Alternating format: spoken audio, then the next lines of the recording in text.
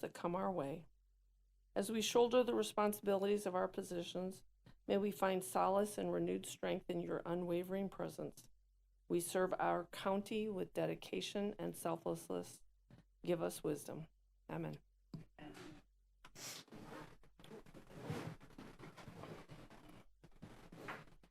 Sorry. All right. I don't have a copy of the agenda. The first thing on the agenda is I need a motion from the commission to approve the minutes from August. So moved. Do we have a second? Second. Any comments? I'd like to have two things noted in the minutes. One is that Mr. Shipman provided several things that he wanted read into the record. The commission did not have time to review any of those before we could make our judgment. I just want that noted, along with the statement that he did add those things to the record, if you could. I would also like put into the minutes that he objected to one of my questions to one of his witnesses and asked me to abstain from voting, and I refused. Just so it's all clear to everyone. Any discussion? Okay, all those in favor signify by aye. Aye. Opposed? Okay, any changes or additions to the agenda or any comments from the commission? If not, we can move on to item number 2. Mr. Schoen. Good evening. Bear with me.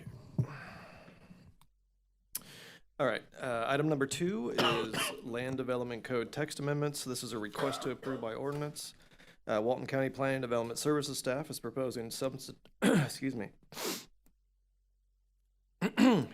substantive text amendments to Chapter 1, Sections 1.1103, 05, 1.1309, and 1.1312 of the Walton County Land Development Code. The proposed amendments relate specifically to the approval process for plats and replats by changing the approval authority and creating a more robust preliminary plat process, while also reducing the final plat process in keeping with the recent statutory changes. I just want to briefly kind of go over the history of this and kind of what Senate Bill 784 has done to the plat process. Primarily, it removes plat approval from Board of County Commissioners and leaves it to an administrative appointee by the board. The board, I believe, appointed Brian Kellenberger, the county administrator, with that responsibility. Additionally, the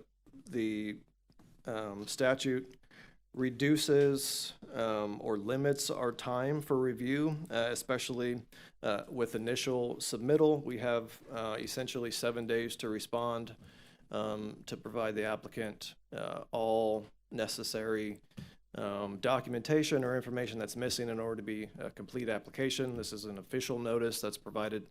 We also in that notice have to provide a time frame of approval once all of that information is submitted successfully. So what the actual changes do is certainly approaching that. In order to accomplish this in the future, it was deemed necessary with this change to essentially beef up the preliminary plat review process in terms of I mean, really, we have a loose sort of preliminary plat process now. This seeks to firm it up and actually requires a preliminary plat process prior to final plat approval. It provides a developer owner 2 options. One is to either go through the preliminary plat process, or 2, to submit a preliminary plat with a development order application, and upon approval of the DO, that preliminary plat would be considered consistent and approved with that development order, and then the applicant could thereby submit for final plat approval. So I can answer any questions. I can go through this in more detail if you'd like. This is to bring us into compliance with state statute. I believe this will actually also improve and make the plat process and the obligations the county has to follow more orderly and consistent for persons who come in looking for a preliminary plat versus a final plat. This will now standardize that process, and it is needed under 784.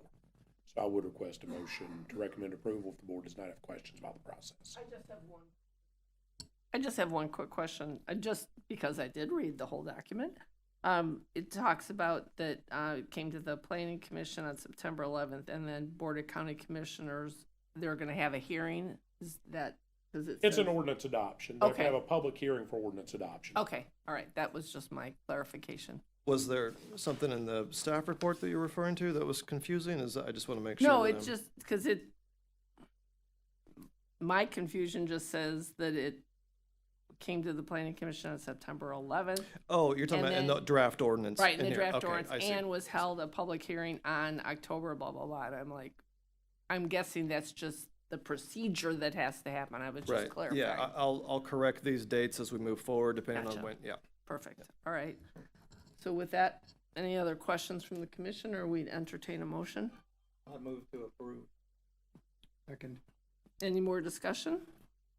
Okay, all those in favor signify by aye. Opposed? Abstentions? All right, motion carries. Item number 3, Mr. Schoen. Okay. All right, item number 3 is the CR 3280 Small Scale Future Land Use Map Amendment with rezoning. This was reviewed by Ayanna Reed, and I will ask Ms. Reed to come introduce it to you.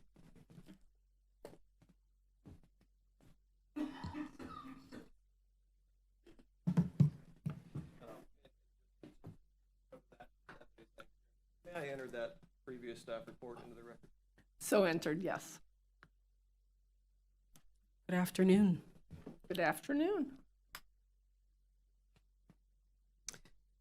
Okay, so item number 3, Ayanna Reed, Planning and Development. CR, or County Road 3280, small scale amendment with rezoning. This is a request to approve by ordinance, project number FLU 25000023. This is a future land use rezoning application submitted by Cliff Nauer on behalf of William and Deborah Carr, requesting to change the current future land use from rural residential to industrial and extractive uses or a lesser category, and to change the zoning district from rural village to light industrial or a lesser district on 5.93 acres. The property is in District 1, located on the south side of County Highway 3280, and is identified by the parcel number in your packet. May I enter the packet into, or the staff report into the record? So entered. Okay, thank you. Okay. So the applicant, I'll start off with the fact that we haven't received any public comments on this prior to the report printing deadline. The applicant is intending to develop 140 mini storage units with no utilities, 16 1,500 square foot warehouse buildings with 1 restroom each, boat storage with a wash down area, 1 spigot, and 1 7,200 square foot commercial building and supporting infrastructure. The proposed amendment is compatible with the comp plan and the land development code from a density and intensity perspective. And the project will be connected to City of Freeport water and sewer. If there's anything else that I want to point out. So staff, based on that, staff recommends moving this forward to a hearing at the Board of County Commissioners. And if you don't have any questions for me, then I'll defer to the applicant who is here today. Any questions for Ms. Reed? Okay, all right. Oh, and I also want to add for the record that the applicant did submit an updated Exhibit B for the survey. So I just want to make sure that that's on the record. Okay. All right, let's hear from the applicant.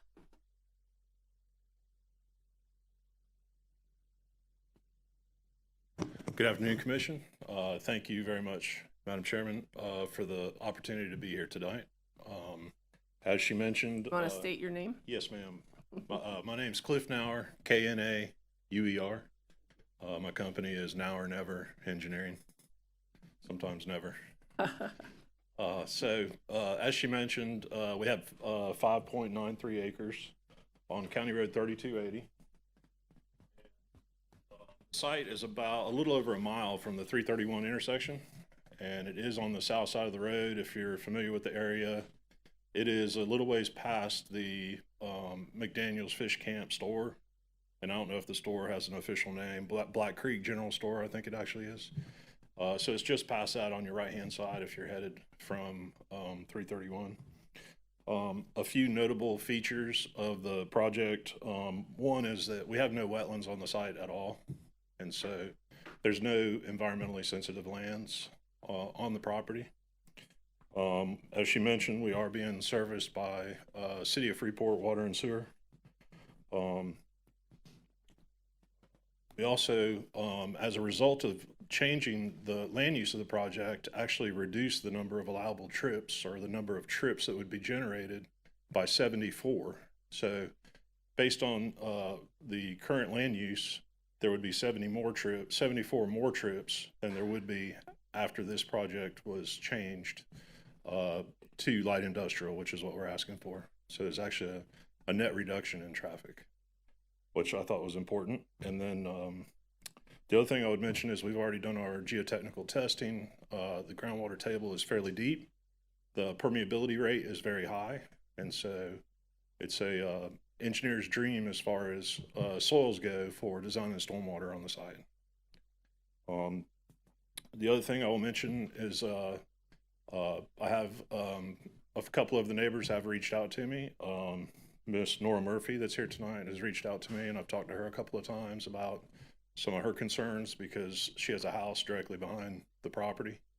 And so one of the things that has been a little bit of a discussion back and forth was that we would be ready, willing, and able to leave the heavily wooded site along the south boundary as a buffer between us and the neighbors that are to the south.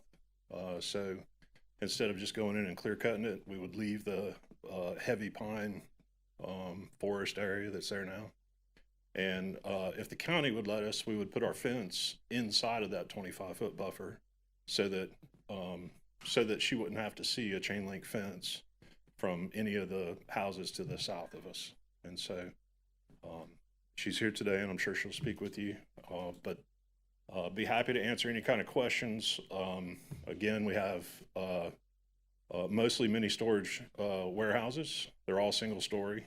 And then along 3280, we have some commerce type buildings where they would have one restroom, where you could have like a plumber, for example, that had, you know, a small office for a bookkeeper that could operate out of those that are fronting 3280. We only have one entrance on 3280 that I'll show you briefly. So this is 3280 here.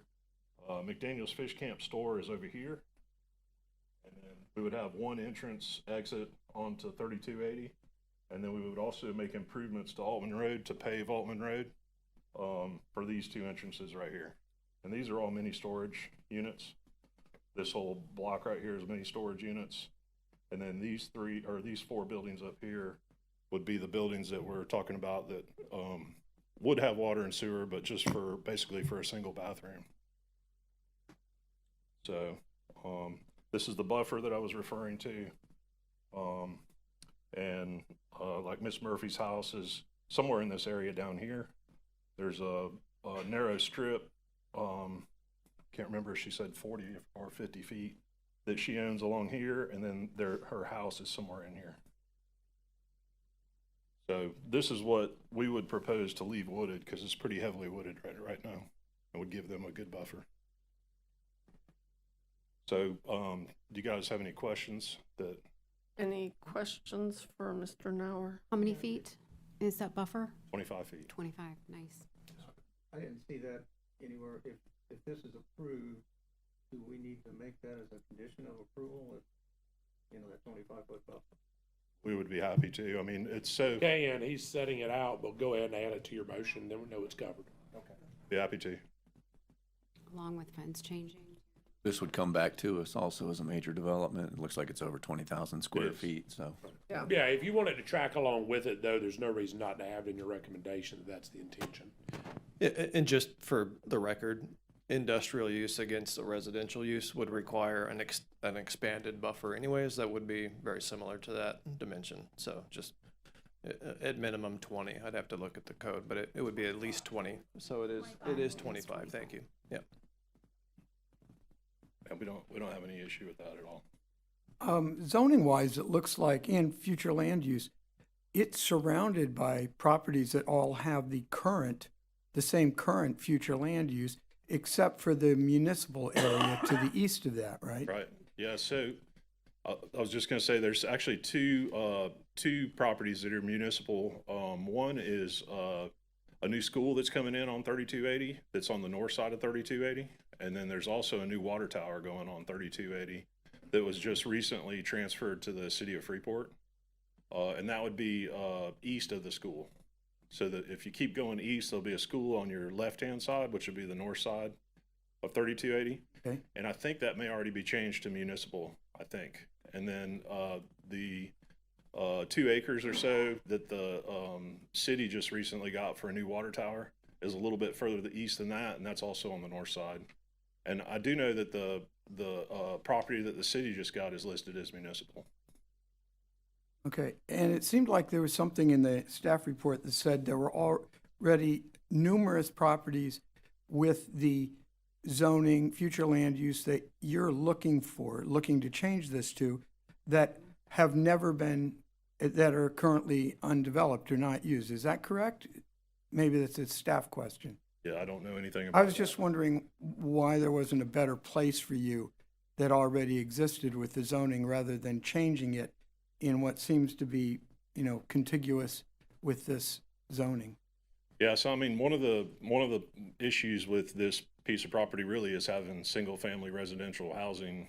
I mean, directly on 3280 is not real desirable. It's a heavy traffic road, and the long-range plan for the county shows substantial improvements to 3280 in the future, and so it's not very desirable so much for single family unless you had some way of getting back off of the roadway. I don't know the number of properties that you're talking about, but as far as I know, light industrial, I'm not aware of any light industrial that is in this area at all. Yeah, So okay.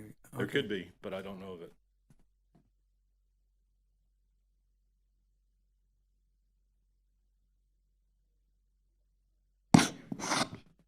There's that little industrial place that is existing, and I Right. think they just did a conforming land use change on it. Right.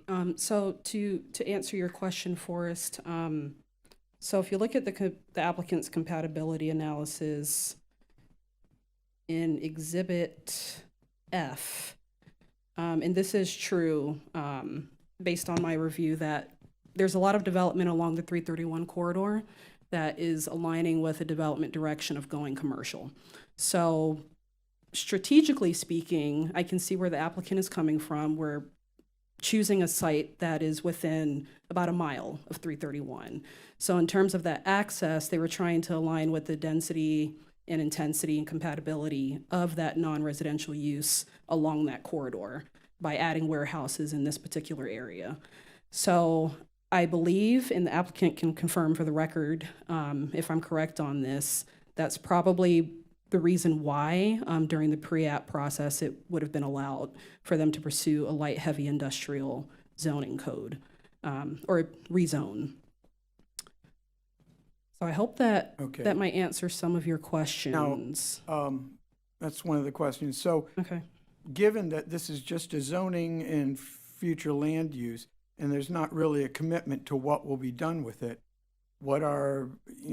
what's the extreme of what could be placed in this?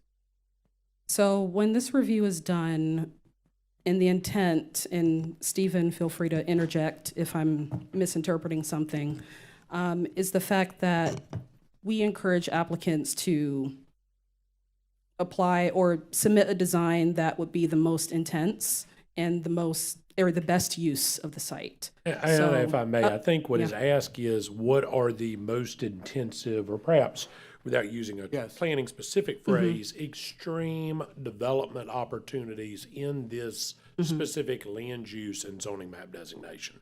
So if he wanted to say, well, I'm not doing this, but I want to literally max out what can be done in industrial and extractive uses, I think that's what you're Yes. looking for. Yes. Under the proposed rezone of industrial. Under what it would be going to, Right. yes. So that would be dependent on what's highlighted for the zoning in Chapter 2. Of course, the possibilities are limitless, but with conditions, right? Of course, whatever they're proposing would need to align with the surrounding density and intensity of those uses.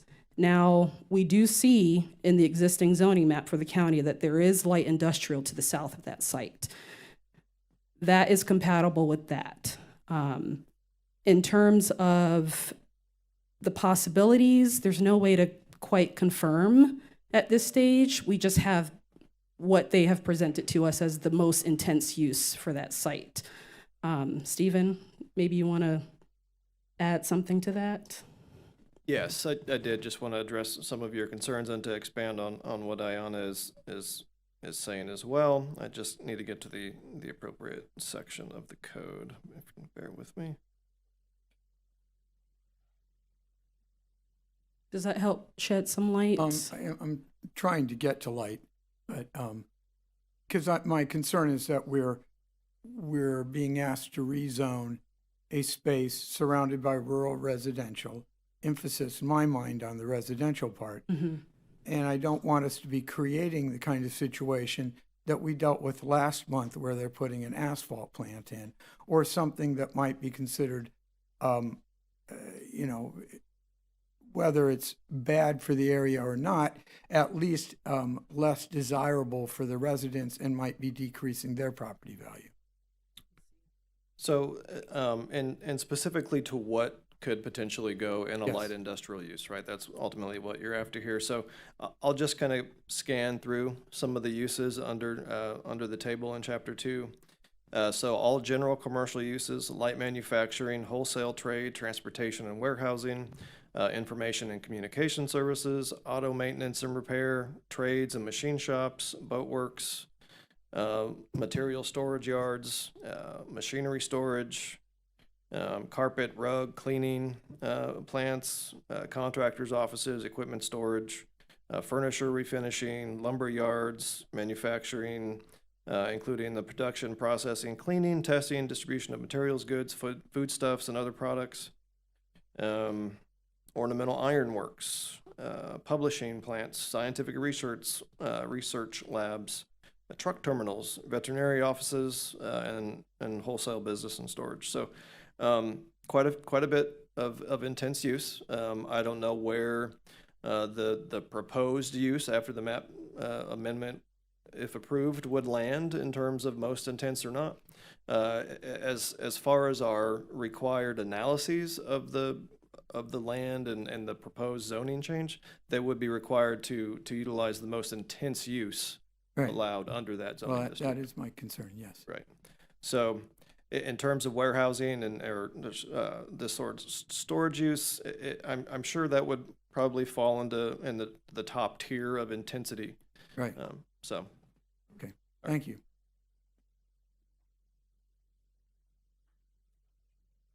Sure. Oh, sorry. Well, thank you. First thing I would say is that I'm like 90% done with the plans, so I'd be really disappointed if they decided to change their mind about what they wanted to do at this point.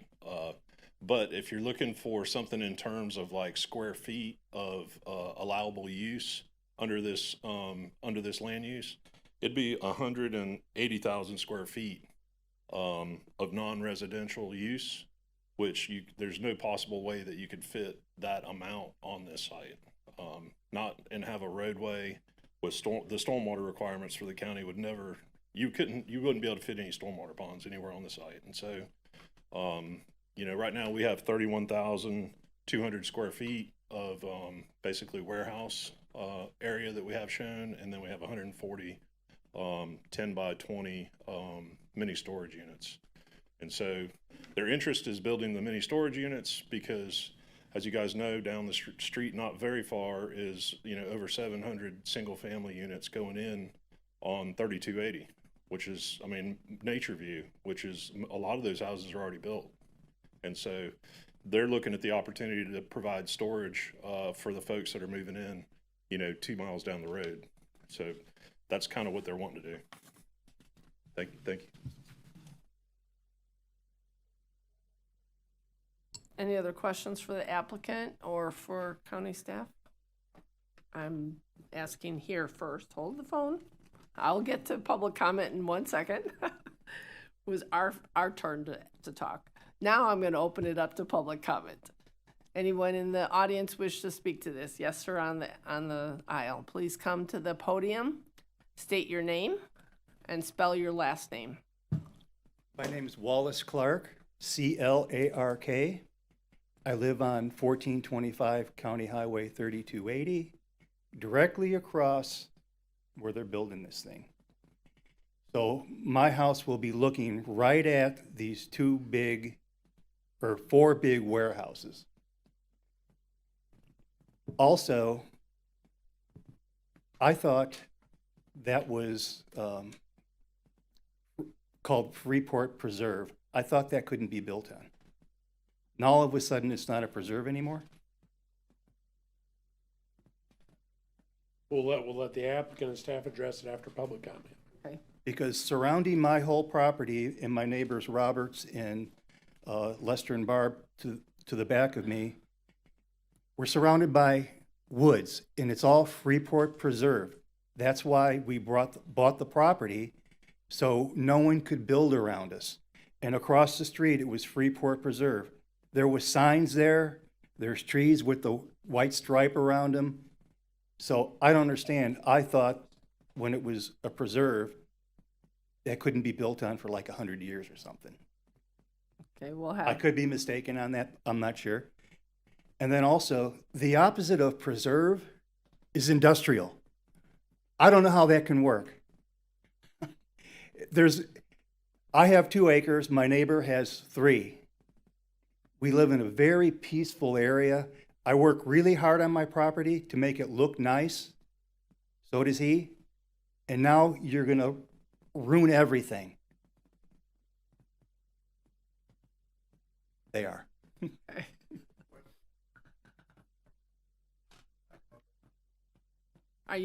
if you're done, we'll invite the next gentleman. I'm Robert Stapleton. I live at 14. Okay, wait. You have to We get to the got it microphone. one at a time. Yes, one. One at a time. And you need to approach the microphone and speak into the microphone Okay. and spell your last name. My name's Robert Stapleton, S-T-A-P-L-E-T-O-N. I live at 1401 County Highway 3280, which is going to be right across from that.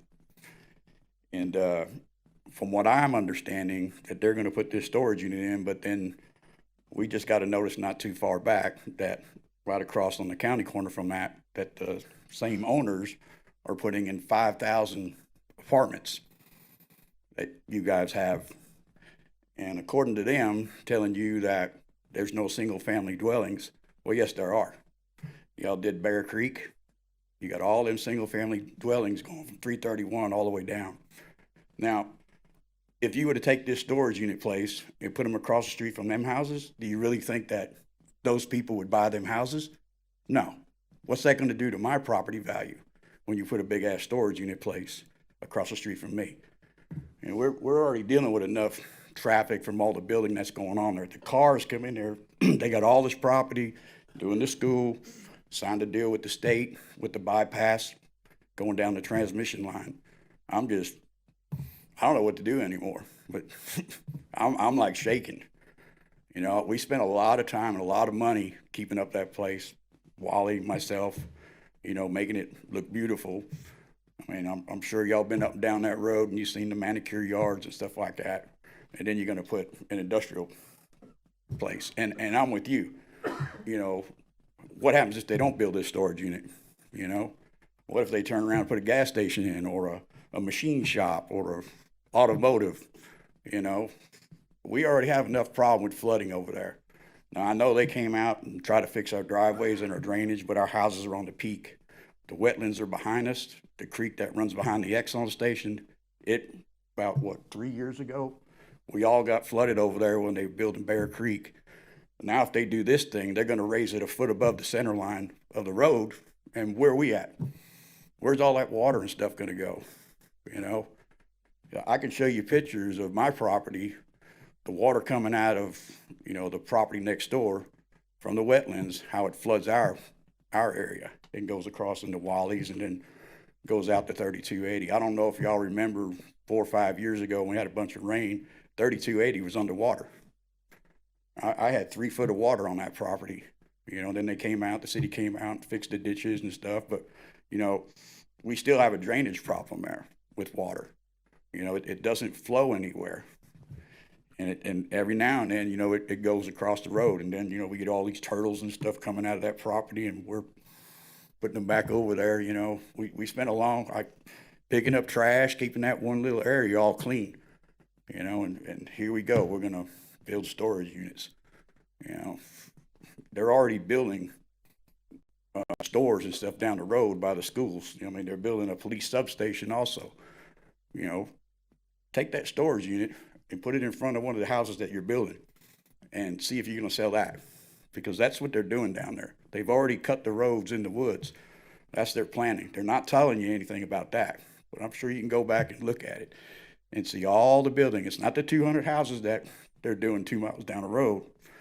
It's what the cars are doing, you know, 4 or 5 acres over from us, where they're doing, and on the county corner of Alderman, where they're putting in the 5,000 apartments, and they're trying to take them 4 stories tall.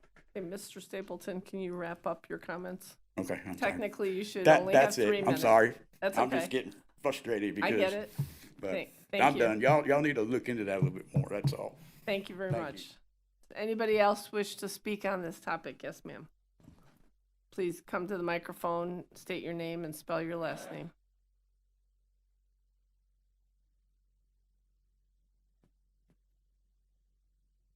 Nora Murphy, Murphy.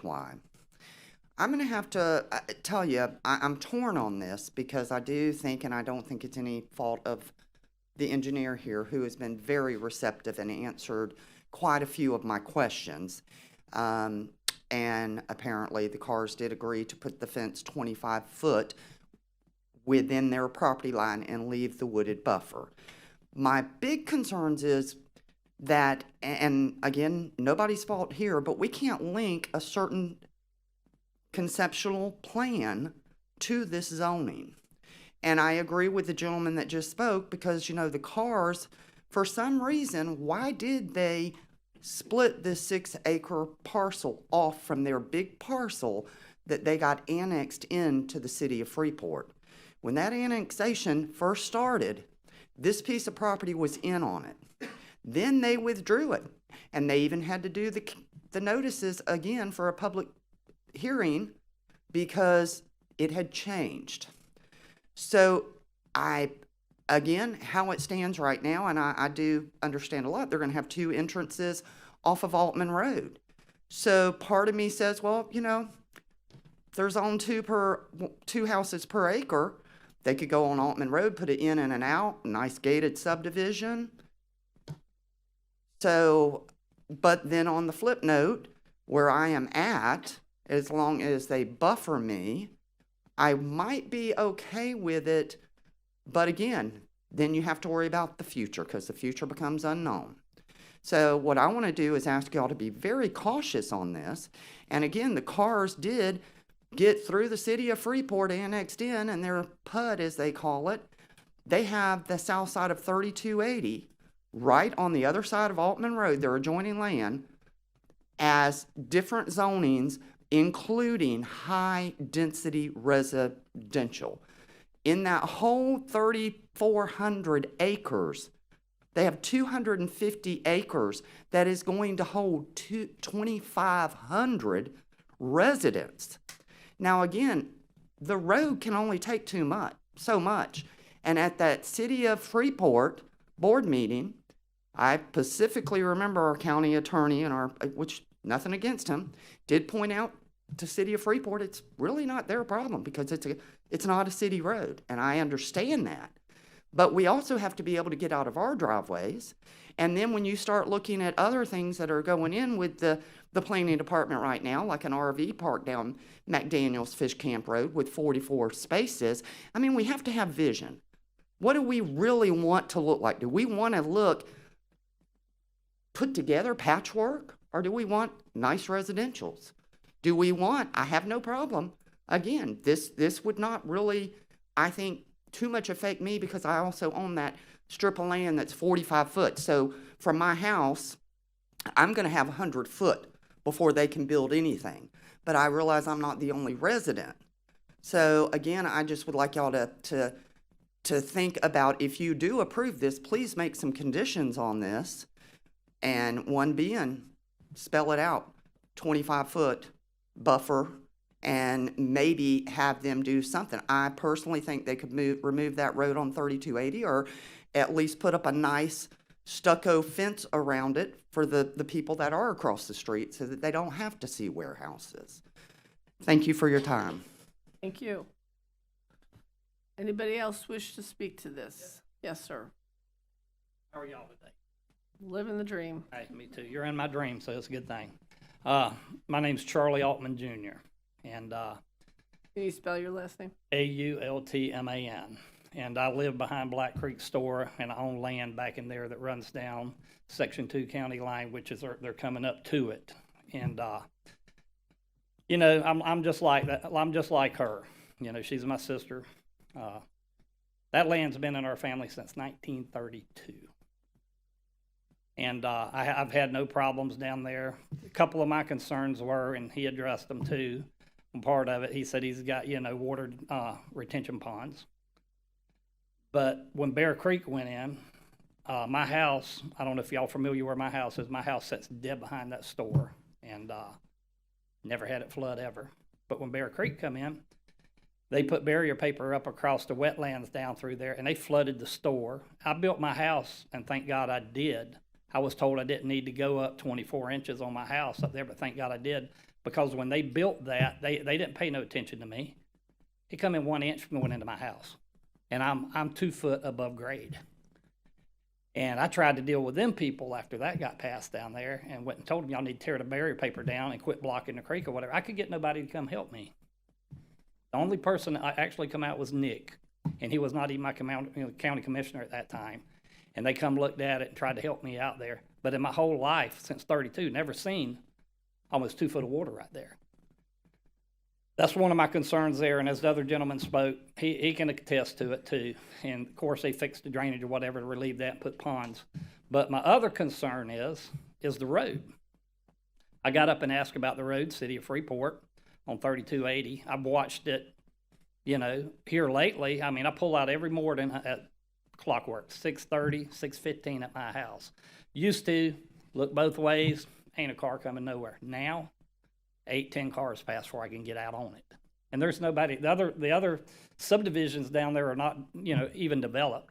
And the big car one that's coming, I forget, it's like 4,000 homes or something like that, different things. I mean, that's just gonna swamp a little 2-lane road. It's already swamped, especially during the spring break, and these people starting to find that road to go back and hit down at Bruce and come out, you know what I mean, and go down 79, 77 back home. I mean, I've seen where the traffic is actually turned from 331, I live exactly 1 mile. I've seen it bumper to bumper, flowing headlight at my house.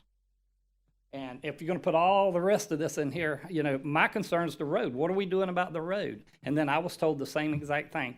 The road with the city, that has nothing to do with us. Okay, may not, but it's still being impacted.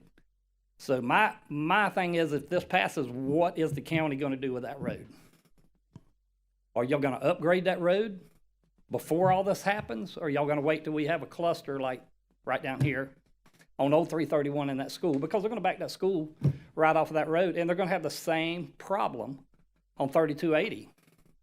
And it's gonna be more of a problem than that. Altman, can you wrap up? That's it. That's Okay. just some of my concerns right there. And I want the buffer regardless. And I think it would only be fair if y'all did pass it or whatever, that the gentleman here that's facing his house, that he has some kind of buffer so he don't have to look at it. I feel for him. Thank you for your comments. Does anybody else wish to speak to this project? I don't see any hands, so I'm going to close the public comment. Ayana, you have some more to add? Yes, I do. For the record, just for clarification, this property was previously annexed as a part of the city of Freeport. And through their own municipal process, it was split off. And now it's under the county's jurisdiction. So we can't review the property to the east because that's municipal. So if it was a part of Freeport Reserve, maybe that is under still the city of Freeport and not under Walton County. So I just want to state that for the record, that the current property is under Walton's jurisdiction for review. I also do want to add for the record that per the Land Development Code 2.02.27.g for light industrial special development standards, a 25-foot buffer between industrial uses and any other land use is required.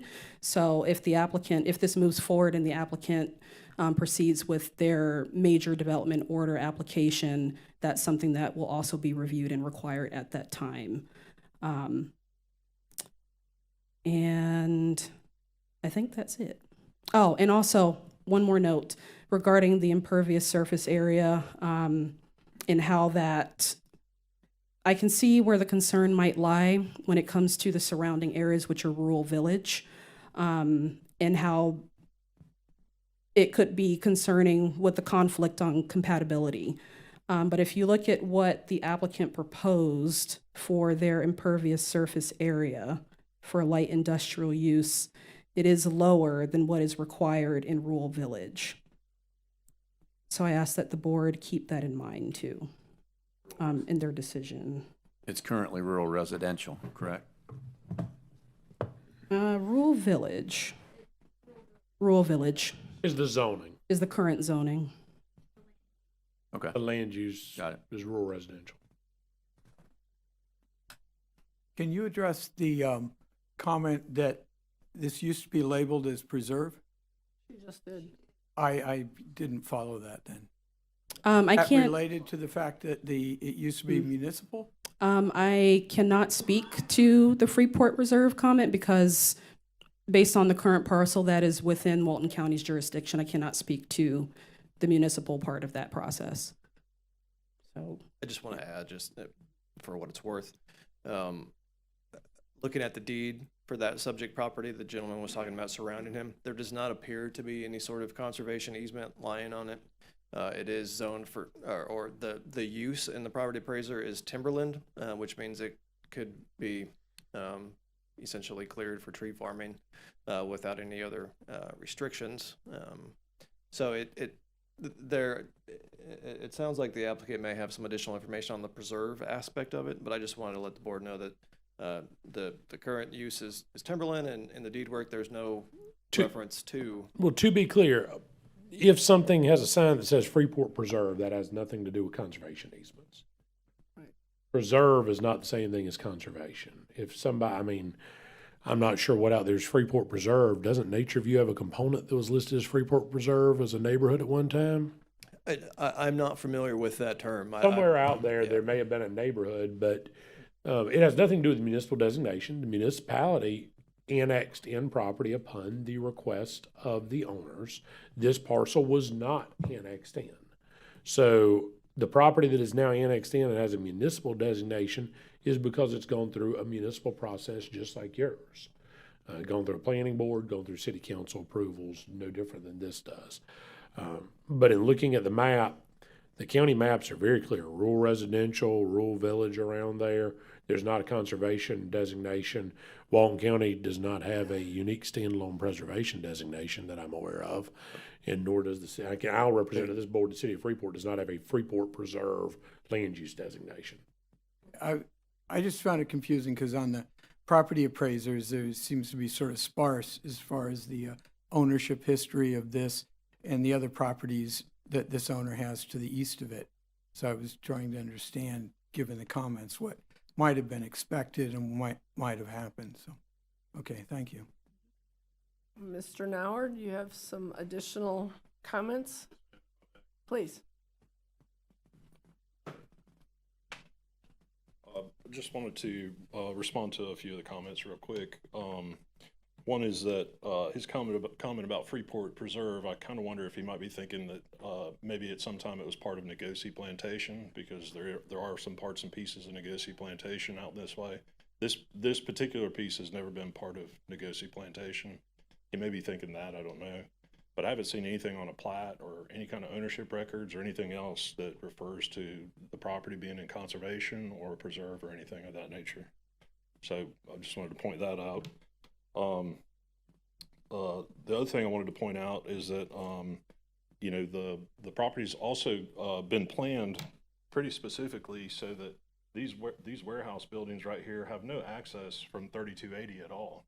So this is the rear of the building all the way down. And so we're going to be required to have a substantial buffer along that as well. And there shouldn't be any noise or any of that kind of thing. For example, there's roll-up doors are not going to be open to go out that way because there's no access out there at all. So you could landscape if it was preferable for the neighbors across the street that we have a fence of some sort. That would be something that we would certainly be open to, because we have no need for access out to 3280 at all. And so you're going to have the full right-of-way width, which is about another 50 feet beyond the edge of pavement, and then you're going to have a 25-foot buffer, so now you're at 75 feet past the edge of the buffer. And so I wouldn't expect that there's going to be any kind of noise issues related to the neighbors across the street, because this is the backs of all of our buildings. And we put the storage units down here really because, you know, they're pretty light impact on a neighborhood. So it's all going to be gated. It's all going to be secured and fenced. But the storage units themselves are not something that somebody's at every day. And our traffic report shows that based on the land use that's here now, we actually have 74 less PM peak hour trips than what it's zoned for now.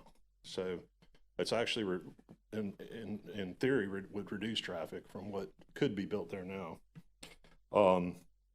As far as Mr. Stapleton, his issue again was the buffer and stormwater. And so the property is not in a flood zone right now. We do have very good soils. The elevation of the property is all at 18 and 19. It's fairly flat across the whole site. There's not a lot of drop in any direction. And based on the county's stormwater requirements of 25-year pre-post, we can't discharge any more water after it's built during a 25-year event than what discharges now. And so we'll have to demonstrate that to the county and to the Water Management District both. As far as Miss Murphy goes, we'd be happy to, have a condition of any sort that says that we're going to keep this wooded along this 25-foot buffer. We don't have any problem with that at all, but I don't know a mechanism to make that, to put that into writing or to put it as a condition or whatever, but we don't have any issue with that at all. And then Mr. Altman was concerned about flooding. I do know that there's a culvert crossing on McDaniel's Fish Camp Road that was improved a few years ago, maybe more like 7 or 8 years ago. I don't know the exact date, but that culvert was improved substantially. And if construction on Bear Creek blocked up the flow from that culvert that goes under McDaniel's Fish Camp Road, it would back it up directly to Mr. Altman's property. And so I think what he's probably telling you guys is accurate, because the water drains to the west. And so that's where the development is that he was speaking of. We're on the east side of that. And so I don't know of anything that we could do that would cause the same issue that he had with Bear Creek. So, and I'll be happy to answer any other questions that you guys might have. Any other questions for the applicant? Well, so you're saying that there's a 25-foot buffer also on the highway side, 3280? Yes, sir.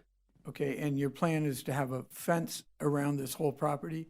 So the mini storage area would be 100% gated. This right here would not, this Okay. warehouse area would not, but the mini storage would be 100% gated. Would you have any landscaping along Sir. that highway? Yes, sir, we'd All be the- required to landscape that whole buffer. Yes, sir. Enough to block the view of those units? Well, they're single-story units. They're not two-story units. They're single-story units. I mean, you know, we can, you know, we're gonna plant the buffer requirements that the county has. You know, we wouldn't be opposed to adding additional landscape of some sort, but they're single-story buildings, so they're not gonna be way, way up in the air by any means. Right. And Okay. that'll be the back of the buildings as well. So, and again, you know, if there's an opportunity to leave that, section there wooded as well, I don't think it would be a problem. The whole property is fully wooded. I don't think there's any part of this property that is not, full of giant trees right now, pine trees, basically. I think it's part of an old pine plantation, basically. So that might be an opportunity, to, leave the front wooded as well. That would give them some relief across the street. But it wouldn't impact us at all because that's the rear of our buildings. Right. Well, I hope if this goes through that you will work with the neighbors there and resolve that. So I appreciate that. Thank you. Yes, sir. Thank you. Can we not make it conditional? Yeah. Because I don't want to bait and switch on this. I'm really conflicted on it, and I don't want to bait and switch. If they seem very willing to work with the neighbors, but I completely understand what the neighbors are talking about. This is not what they have their properties looking at right now. That is not what this was zoned to be. But if we can mitigate it and make them happy, that we can leave this treed buffer there, and that's a condition, I can move this forward. That's with something this. you're willing to agree to, Mr. Nauer? Yes, sir. And so that would be a condition of the approval that would then attach to any development order applied. And also the fence inside the property as well. I would put that in as a condition. Need to ask, is that something? He said he would. Yeah, I've talked to the owner. The owner said he's fine with it. The only thing we don't know is if the county's land development code is okay with that. I don't know. I'm guessing it is, but we're fine with putting it on the inside. What we don't want to do, what we discussed with the owners was what we don't want to do is have to go in there and clear a bunch of stuff out to put a fence on the property line.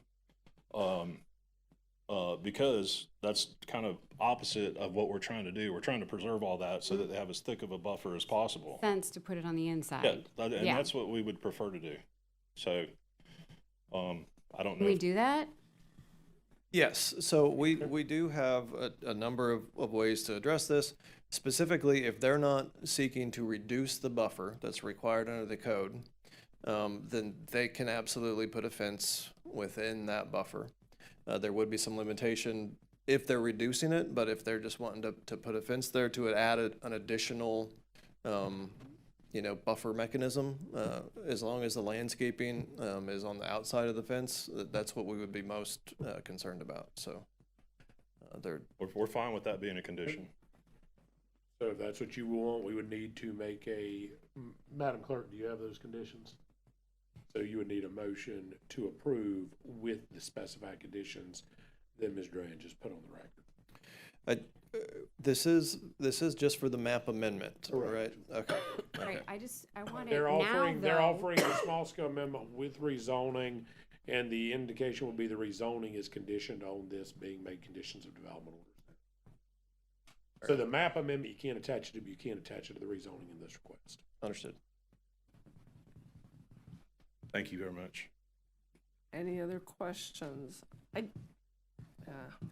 I just personally have a concern. I'm kind of, with where Mr. Buzan was going with if, Buzan. excuse me, Dr. Buzan. No, that's fine.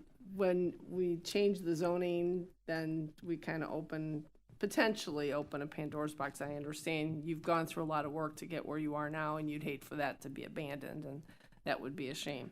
But it kind of feels like a little spot rezoning for some other purpose, and it just seems a little odd to me. I'm but- conflicted too with that, but if we make those conditions, will that travel with that regardless of what ever happens. It's a So, condition of the zoning, yeah, so that would, if zoning we could category attach the limitation in this condition case. of the zoning, based on then them it's. consenting to it. You can't unilaterally So do it. if they, if they sell it or whatever, then it's always going to have those. That buffer. Those buffers with woods. I think we need to make that part of it. It needs to be trees. They don't cut the trees in that 25-foot buffer on both in the front and the back.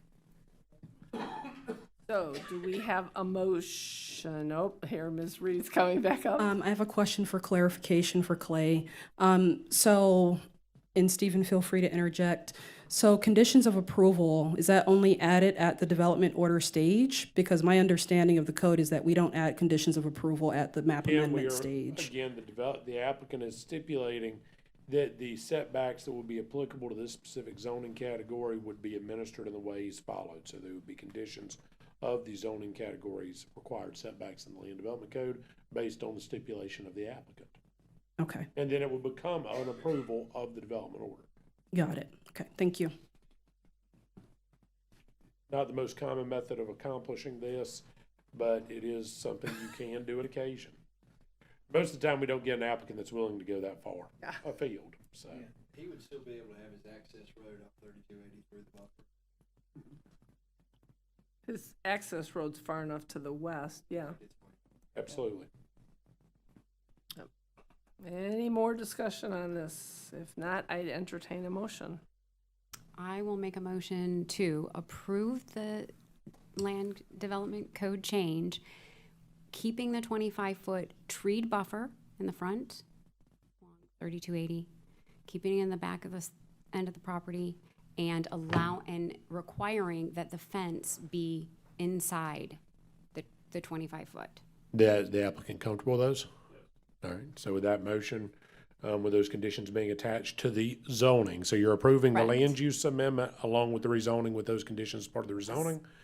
We would need a second if anybody is so inclined. Second. Any more discussion on that?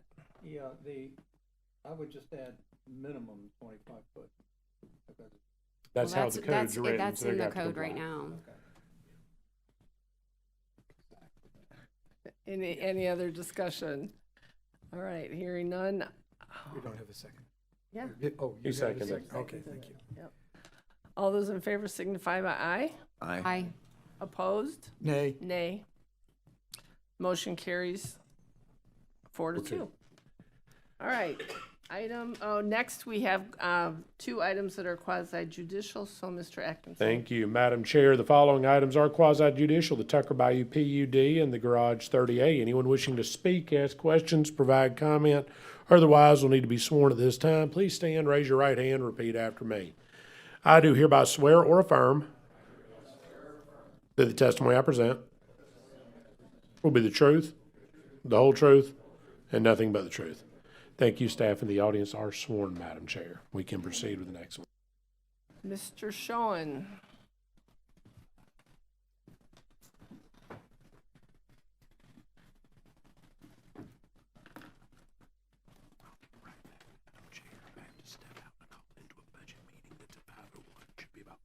Okay, okay.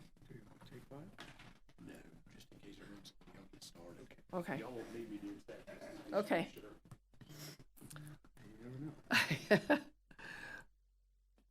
Okay, Please proceed. all right. Item number 4 is the Tucker Bayou Planned Unit Development. This application was reviewed by Rosanna Edwards, and I will ask her to introduce it for you.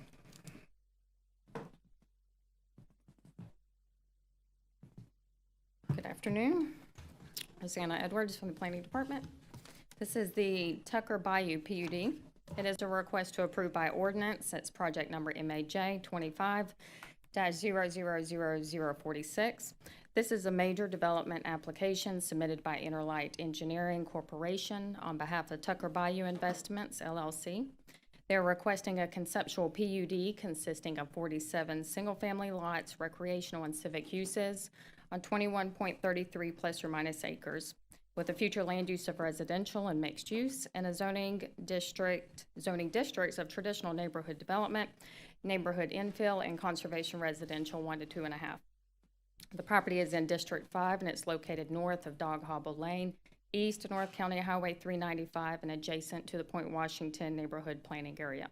It's identified by the parcel numbers in your staff report. If you would please enter the staff report into the record. So entered. This item was continued from the last Planning Commission meeting. Staff did take a closer look at the PUD master plan. This one was a little bit different.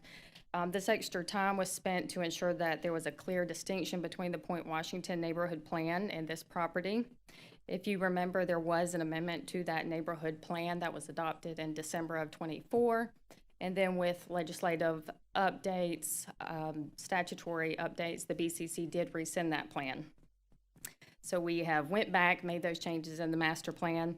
The applicant, however, they have offered to continue to adhere to many of those guidelines, such as the height, the density, tree preservation, and architecture, to name a few, of that neighborhood plan. Those are outlined in your PUD packet, but they are typically more restrictive, so they're not requiring deviations from the Land Development Code for those. There are deviations being requested from the Land Development Code, which are in the packet, but I have summarized those in your staff report. Some of those, or the intent was to create a less intense project and remove some of the requirements for the mixed uses required in T&D. I can go over those in greater detail, or I can let the applicant do that if you'd like. Why don't we defer? We certainly can. Lastly, they are providing a public benefit, and that will include improvements to Dog Hobble Lane to serve some of the residents that will be outside of this subdivision. I turned it off, didn't I? I can answer any questions you may have. Any questions for Ms. Edwards? So I'd noticed the differences between the two in the chart of comply, non-comply. There were 2 checks in non-comply last month, right? One by a Matthew Betts, GIS, and the planning department itself. Yes, they And should have been updated at this point. Both of those changed. What changed in the application to allow those to be considered in compliance? GIS had the original comment. I think they didn't approve the original road name, or either they lacked the road name. They have approved the name that they have provided in the set. I think it was a name change to Tucker Trail. So GIS did approve that. The other one you were saying, I'm sorry, was? Okay, the planning department itself. Planning department. I think that was because we were reviewing those changes in the PUD documents.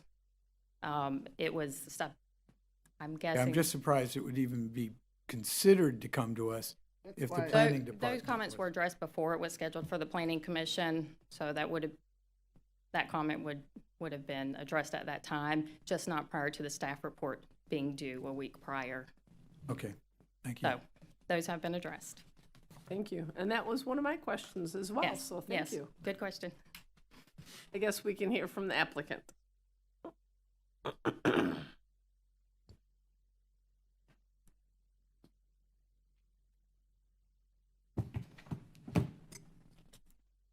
Good evening. My name is Steve Hall. I'm a land use attorney. It's H-A-L-L. And I claim Defuniak these days as my home. I have a few documents I'd like to pass out. They're not going to be exhibits for the attorney. They're just going to be demonstrative for the board to look at. They're not. I have a problem with having documents passed out at the meeting because we don't have an opportunity to review them. I intend these just to be illustrative and not to help you along, but I'd be glad to. Are you intending to go through them with us in your Yes, presentation? They're very simple and just illustrative. They're Okay. nothing. They're Okay. actually part of the application Okay. already. Okay. But I'm just using them to jazz them up a little. All right. I will allow that. It's an advocacy. Okay. But I appreciate your concern.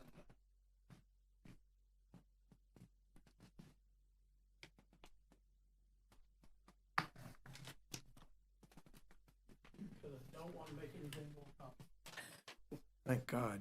Yes.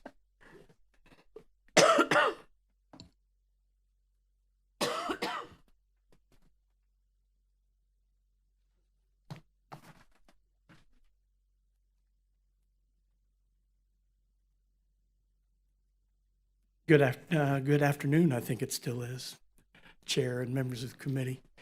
Glad to be here. It's always a little bit odd for me to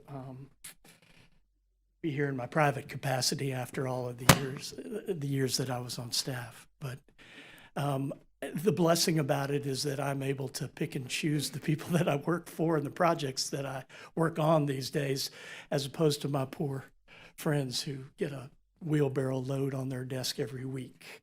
So,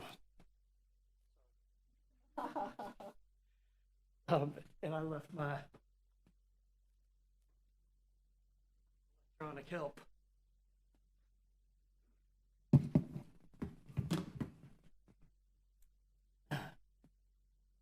This project is a very special piece of property.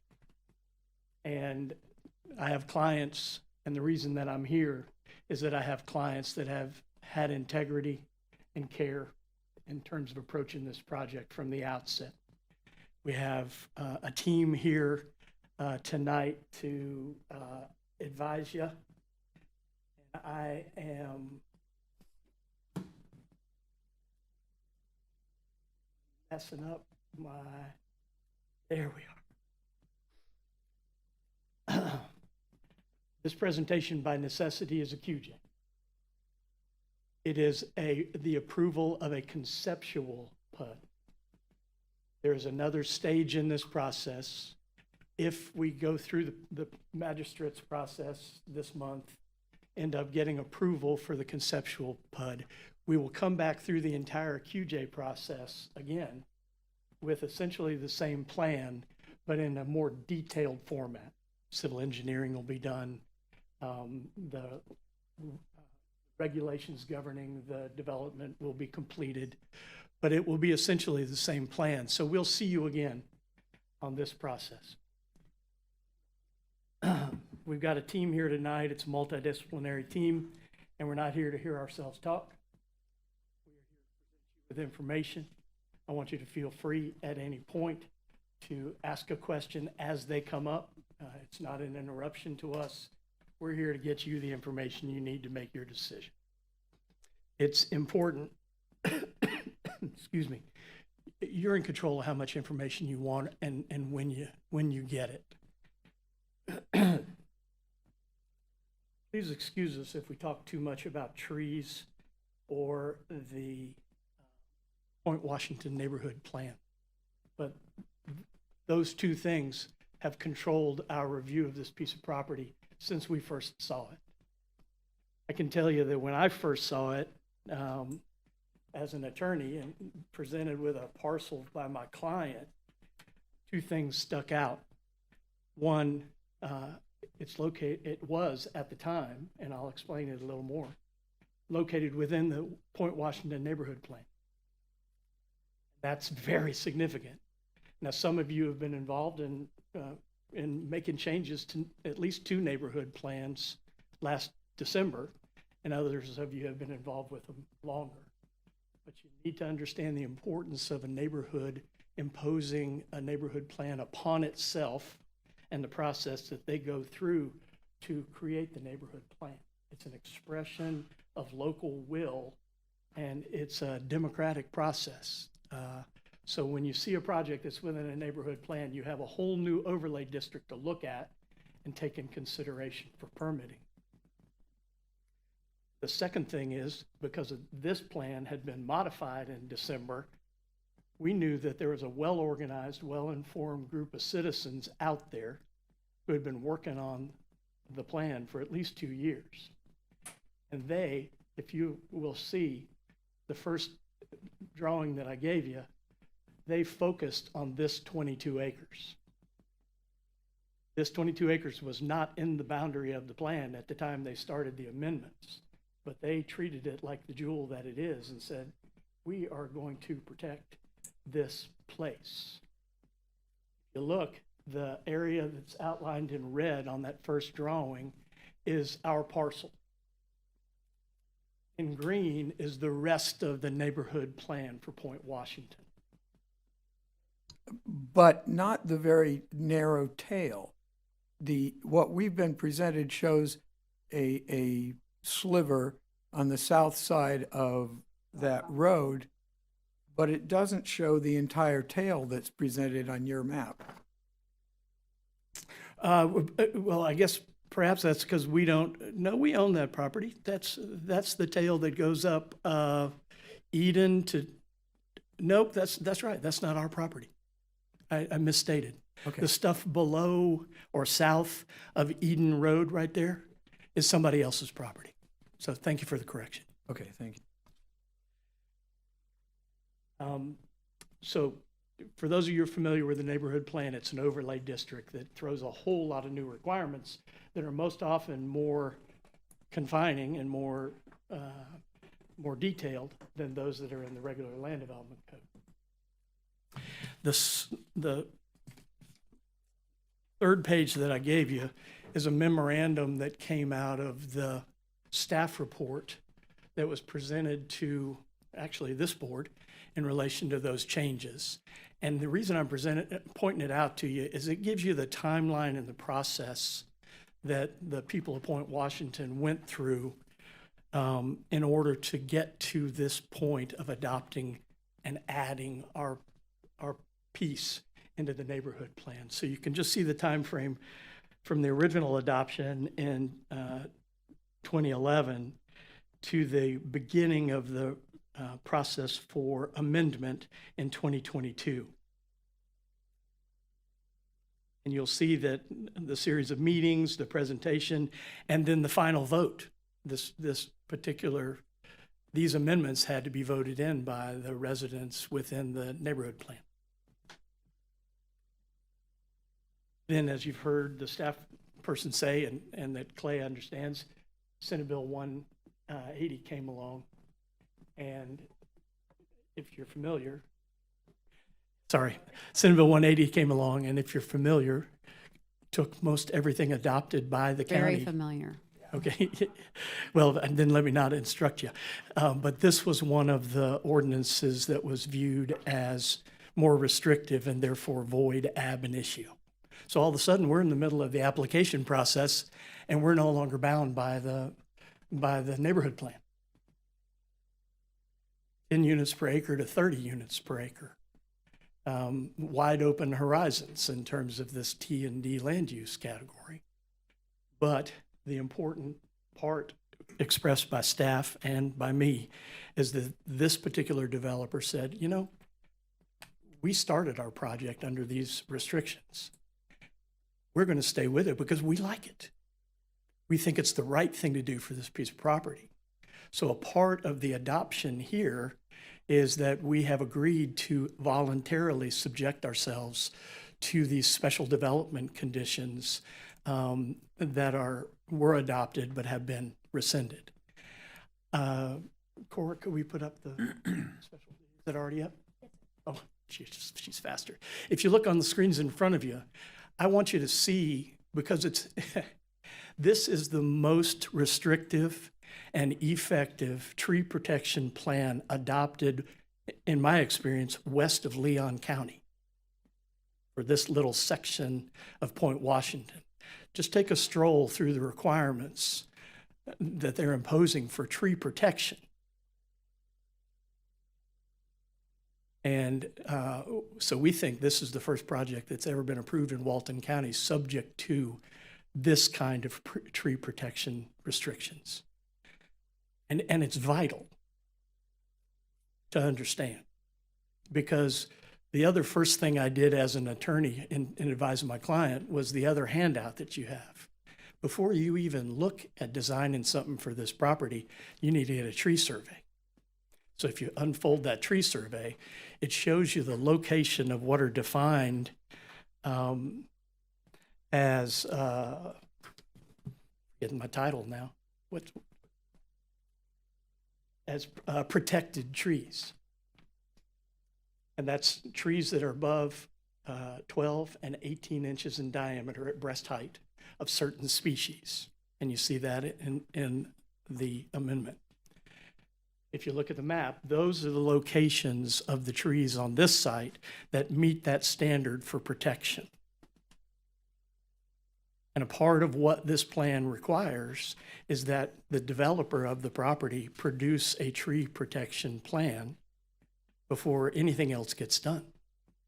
Now, that has to be done not at the conceptual level, but at the detailed plan level, where we're actually dealing with designed infrastructure, designed stormwater, civil utility plans.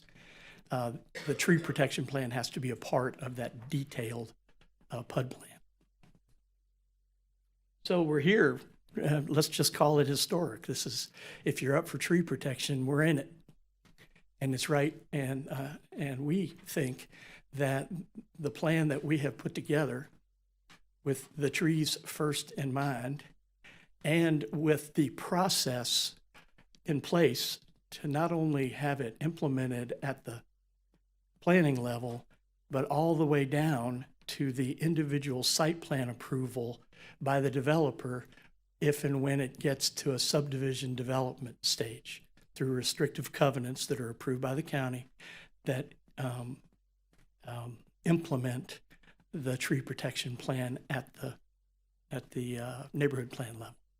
So we're trying to do an integrated process that is the, as my civil engineer said today, the exact, I hate to steal your thunder, the exact opposite of a clear then develop, a clear cut then develop subdivision development plan. 180 degrees out from that proposal. And we're proud of it. Let me see if I've said enough happy things about the project for you. So you've seen the tree survey, you've seen the process. The last thing, just as a lawyer, you know, you debate, if you're not subject to this as a part of the county ordinances, what do?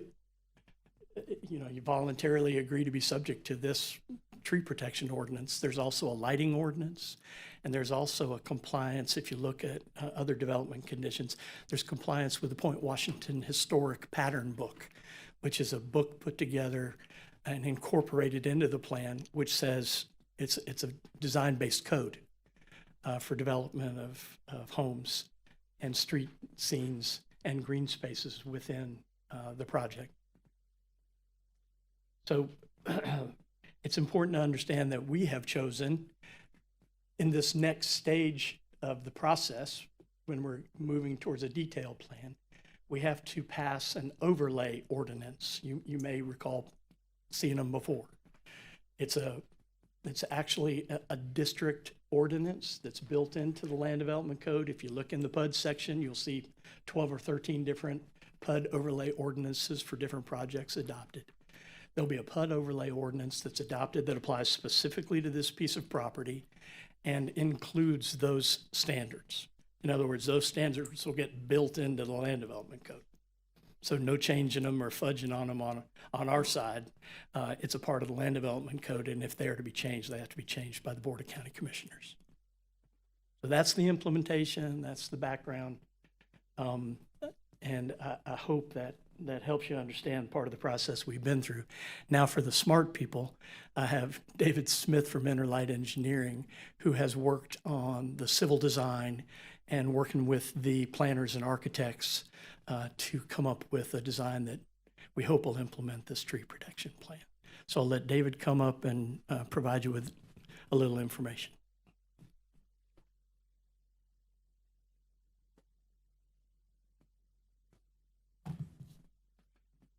David, let me kick you off.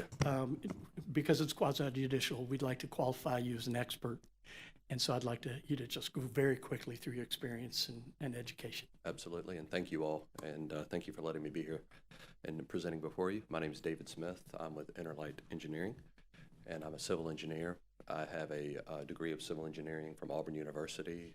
I have over 28 years experience in engineering, over 23 years experience in Walton County. And a little bit about myself, and I know you remember this. I used to work for Walton County in 2003 and 2004, and I was the engineer. I would review projects for consistency to the Walton County Land Development Code and comprehensive plan. I'm very familiar with the code and comprehensive plan. I would also review plats for consistency to the Walton County Land Development Code and sign plats as the engineer and also sign as the county surveyor. I got into engineering through surveying. I started surveying when I was 12. So my father was a land surveyor. So I'm a licensed land surveyor in the states of Florida and Alabama. I'm a licensed professional engineer in the states of Florida, Mississippi, Alabama, North Carolina, and South Carolina. So I've been doing it a long time. I enjoy presenting before you. I know you all know me. I don't usually get into that much detail, but thank you for listening to all that. And It's a lawyer thing. And I probably, my areas of expertise in engineering are hydrology, stormwater management, traffic engineering, geometric design, grading, anything to do with neighborhood design, commercial design, and then also heavily experienced in land surveying. So I've probably worked on multiple hundreds of projects in Walton County. So again, very familiar with the process. The county, glad to be here. Usually I don't get in that much detail. Thank you for listening. I'm not used to talking about myself used to like bragging. that. So thank you for listening to that. Madam Chairman, I'd like to tender Mr. Smith as an expert in civil engineering, including the application of Walton County land development and comp plan requirements, traffic impact analysis, infrastructure planning and design. Madam Chair, you can accept the tender if you so deem, but you do not have to formally declare or not declare them to be an expert is the process. So you can accept that tender. I will accept that. David, if you could just start with describing your role on the project development team and the nature of the team working on the project. My role is a civil engineer and also in planning for consistency to the Walton County Land Development Code and Comprehensive Plan. Okay. Now, I'd like to go into my presentation briefly and what you are used to seeing me do. So I'd like to just, begin, and I'm going to repeat a little bit of what Steve said as well. But the project is 21.33 acres. Make sure I don't hit that microphone. So it's a beautiful piece of property and obviously located in a beautiful area that we all know and we love it. And it's currently vacant and wooded. And just for reference, this is Dog Hobble Road. So the property does extend all the way to the Choctachi Bay. And also there's a portion of property on the south side of Dog Hobble Road as well. So it currently is zoned traditional neighborhood development. Had a little bit of change in the process, as Steve described, where we were in the neighborhood plan. We're no longer in the neighborhood plan, which T&D outside of the neighborhood plan allows up to 30 units an acre. So we're proposing 2.2 units an acre, which is very important. So the first thing we were hired to do by the developer and legal counsel is we performed a tree survey, because it's very important to the developer that we preserve as many of the beautiful trees located on the property. So that was the basis of the design, was the tree survey.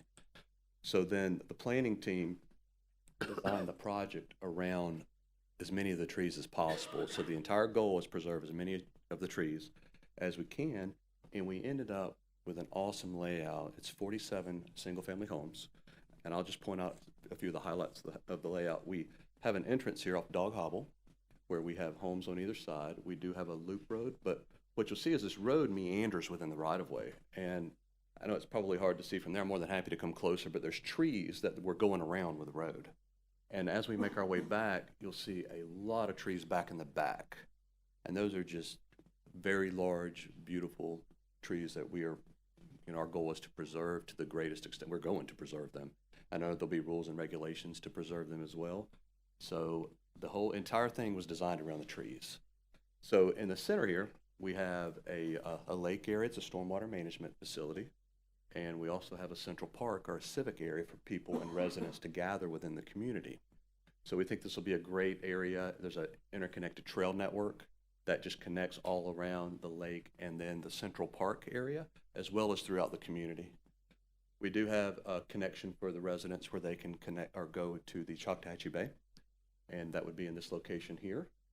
And so just, trail network, preservation.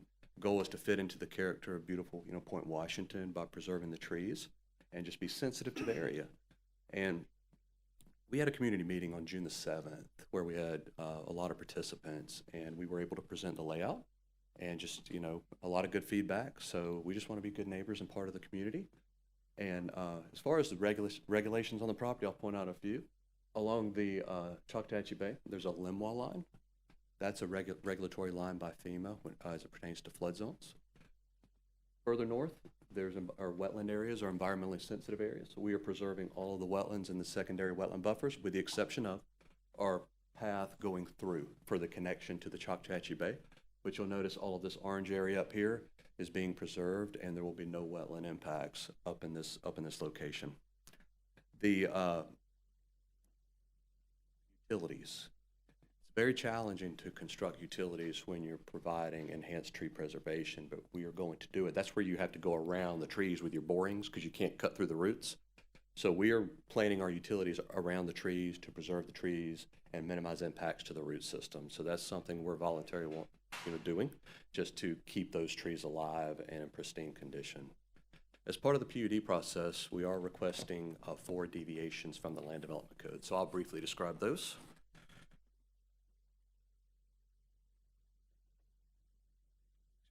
Board with them on here. So the first one is setbacks.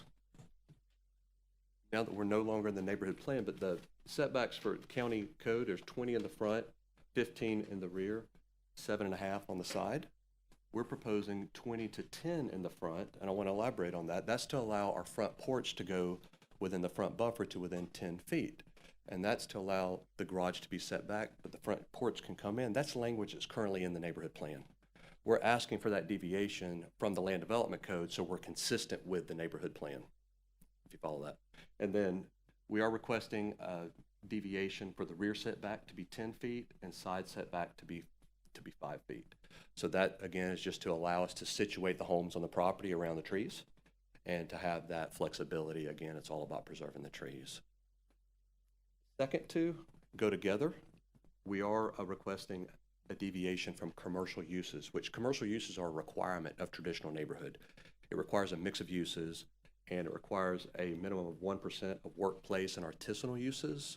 It also requires a minimum of 2% of neighborhood or general commercial uses.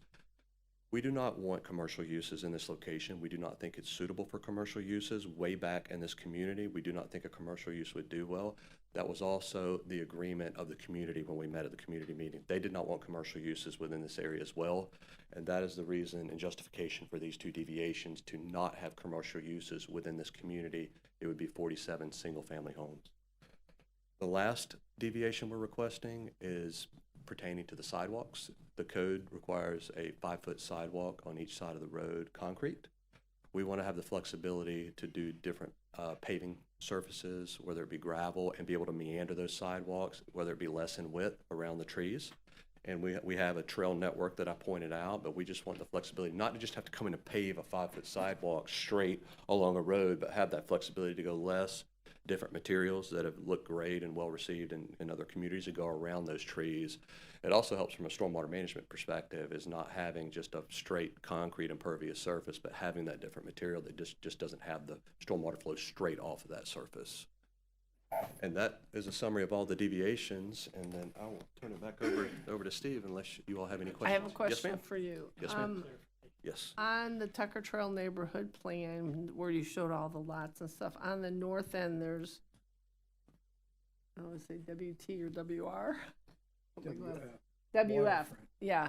So are these lots, these waterfront lots? Yes, ma'am. There's Okay. 7, WF stands for waterfront. Okay, There's 7 waterfront lots. okay, they're just longer and, okay, That was just a designation we used to designate waterfront lot. okay. I just wanted to. I wanted to clarify, I thought the setbacks were just for lots 1 through 6, the It's- deviation. That was going to be my question, a clarifying question Okay. for him. David, the variance on the setbacks only applies to certain areas and certain lots. That So is go ahead and specify that. That is correct. It's just the 6 and that little, the little bump out. To the left. The little The left, bump those? out. It's just those, correct? Yes, ma'am. Yes, Okay. ma'am. Just want to make sure. And David, what about our neighbor and her driveway up on the north side where you have the extra buffer next to the Camellia Cove? I want to clarify on that front setback though. That's all the lots for the ability for the garage in the front. The front porch is all the lots. Correct. It's the 1 through 6 on the sides and the back and the Correct. rear. Yes, ma'am. Thank you for clarifying that. That's why I was hesitant. The front setback is on all the lots. But there's currently our neighbor here in this location. She lives here. Her driveway encroaches onto our property. So in coordinating with our neighbor, the developers had multiple meetings with her.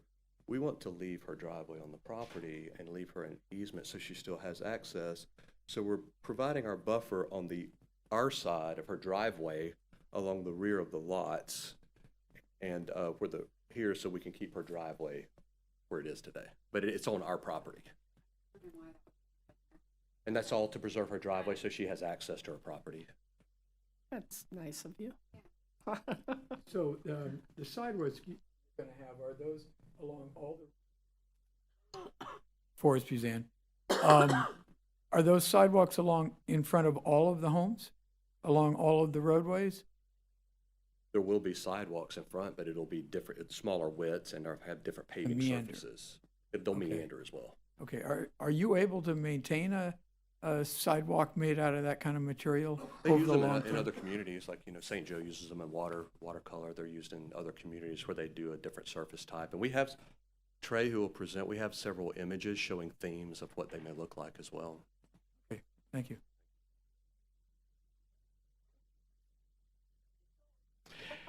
And you may notice that this project plan is a lot more detailed than what you usually see in a conceptual plan. This kind of detail is not required, but we had to go to this level of detail to figure out whether the plan was going to work or not. So you're seeing a lot more detail here than you would normally get, but it also means that we're further along in the planning process, getting towards our detailed plan. The existing Point Washington PUD, how is that gonna tie in with this project in the end? Is it gonna be one HOA? Is it gonna be separate? A good question, and it's kind of the fundamentals. We are not within the boundary of the neighborhood plan, so we're not subject to everything that's within the neighborhood plan. We've chosen what we think are the meatiest parts of it to adopt, to apply by county code to our parcel. In fact, right now, this tree protection plan doesn't apply to the rest of Point Washington. So we're the only folks in town that are playing by these rules. So you will have separate HOAs? Yeah, there's not an HOA for the neighborhood plan. Some do have, some of the neighborhood plans do operate with a local level governing body. Point Washington does not. So the neighborhood planning committee is probably the closest thing they've got to an HOA. But we will have a mandatory HOA on this 22-acre parcel that'll be in charge of implementing the plan within these 22 acres. Any other questions for David? Not at this time, I don't believe. Okay. Our next witness is from Chansey Design and Architectural. His name is Trey Carter. Bring your boards up there, Trey. It's his first presentation. Okay. We'll be nice to him. Trey, the same question that I had for David. I'm not going to try to qualify you as an expert here. Don't think it's necessary. But if you could just provide your name and all that, and then your background and training. Yeah. Good afternoon, Commission. I am Trey Carter, last name Carter. I recently graduated from Auburn University in 2023 with a 5-year accredited Bachelor of Architecture. I've been working with Walt Chansey since my graduation and a little bit before when I was interning. My research in Walton County and in the Powash area includes involvement with projects in Watercolor, Water Sound, Grayton Beach, Alice, and others. So I have extensive involvement with design code and restrictions. I've also led projects and am currently leading projects in Alice and Grayton Beach. Describe your role with this team. My involvement with this project extends all the way back to working with Walt Chansey on the first iterations of laying out lot lines within the parcel. With specific instruction and intention to avoid every tree possible, I worked with Walt heavily throughout this conceptual process. How many design iterations did you go through? It was at least 10 going through, looking at roadways. We would kind of work through laying out the roads, and then David would go and lay out the roads on site. We would walk the site together, Walt and I, and like point out trees that were specific to wanting to be saved. So it was your shop that provided the vision, and then David's shop that came in and provided the practical guidelines on the land development code regulations. Is that accurate? That's exactly right. Okay, great. Let's see some of those pretty pictures.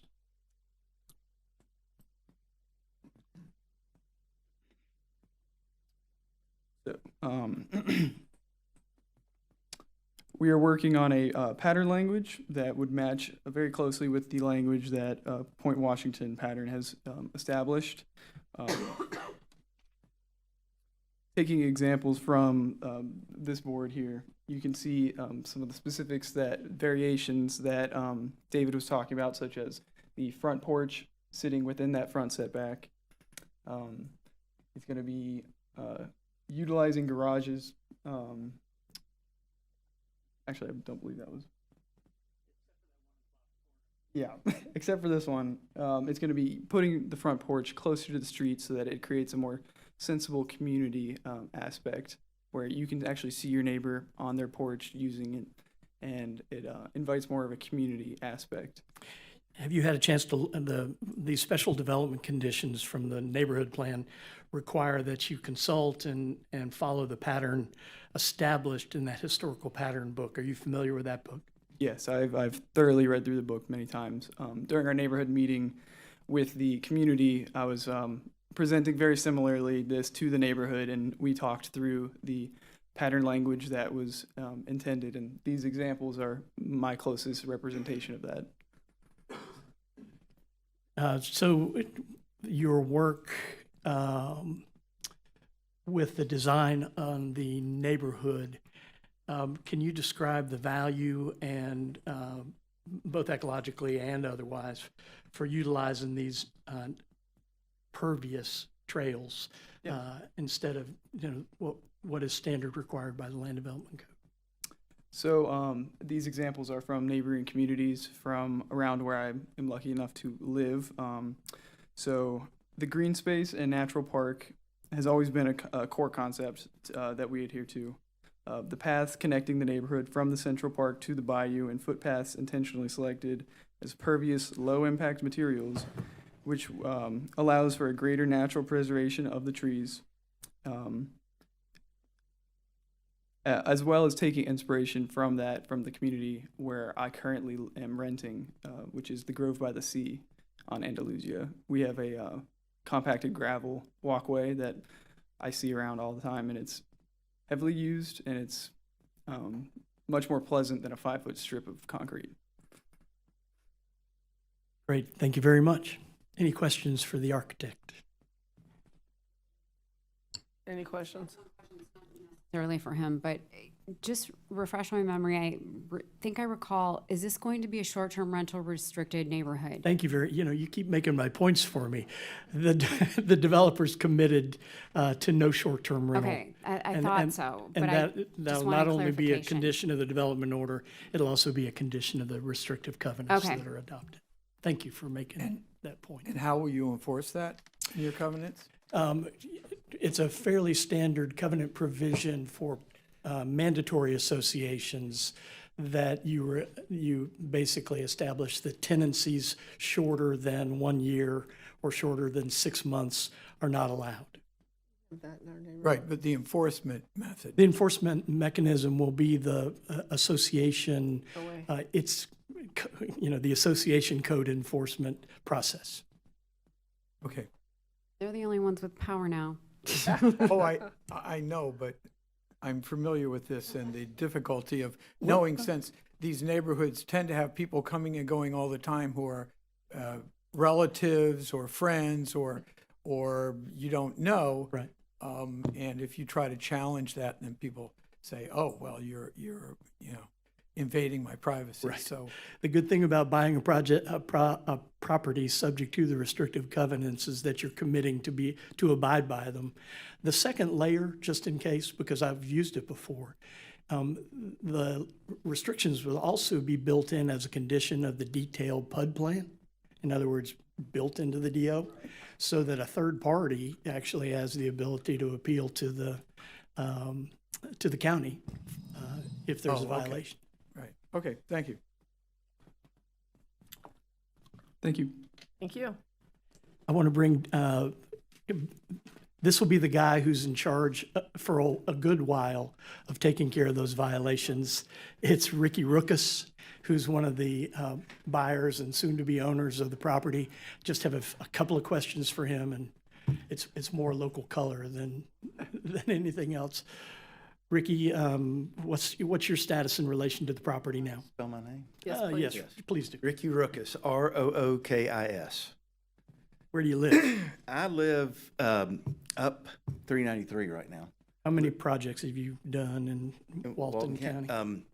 I don't know, a good number. My partners and I, I've lived here for 32 years, plus or minus, no, plus, not minus, have developed in the state of Florida and in this immediate area, and actually through the Southeast, primarily senior housing. We do independent living, assisted living, memory care. We've developed mixed-use buildings. We've developed straight commercial buildings and hotels and single-family subdivisions. Been looking at this piece of property for a couple of years. A buddy of mine who's a realtor has, we've talked about this property for years, and end of last year, he told me it was the owner was ready to sell, and so we went and looked at the property, and to that point, I'd just been around the peripheral of the property and could tell it was an incredible piece of property. When I got on it and saw the size, quality, and quantity of the trees and the other vegetation, it's an incredible piece of property. So we put the property under contract, and it's kind of scatterbrained of me, but we put the property under contract, and then I realized we were part of the Point Washington neighborhood plan, and I went, oh no, what does that mean? So we got into the plan, and I looked at it and went, this is perfect. This is great. This is what you should do with this piece of property. I told my partner, Walt Chancey, who's not here because he's out of the country right now, that, the hard part, or half of the hard part of what he has to do, is already done for him. The vision, what it's supposed to be, and now they just have to work on the details to make it, fit. They've done a great job. We're so sold on this concept, and the tree mitigation. It's not only preservation, but it's mitigation. So if you do lose the tree, you have to mitigate it. You have to put 1 inch per 1 inch back. So if you have to cut a 20-inch something, you got to put 20 inches of that something back on the property. So it's beyond just conservation and protection. It's mitigation as well. The dark sky provisions, perfect. I lived in Grayton for 27 years on Western Lake in a neighborhood called the Lake Place, and dark skies. It's incredible at night. Where I live now on the bay, it's just incredible. It is something that if you don't have it where you live, you don't know what you're missing. The other aspects of their plan, of this plan that was worked on by very knowledgeable people, hard work. Eric's, who is, I don't know his exact title, maybe he's the president of the Point Washington Historic Society. Right. Okay. Who can't be with us tonight because he's sick, but, we've met with early on, Eric's and his wife, Jen, multiple neighbors, the church, who we're trying to put together a joint connection between us and the church, and and that would kind of happen right where we have that extra buffer you were mentioning along what's now Camellia. And, you know, the church wants our people to go to church, and they want to have their day school folks come walk around our neighborhood. It's great. We love that kind of stuff. So, you know, most developers, and we've really, you know, presented ourselves as really great, you know, how wonderful we are, but it's not meant that way. But most developers would look at these sorts of restrictions and say, let's not do that. You know, let's not do that because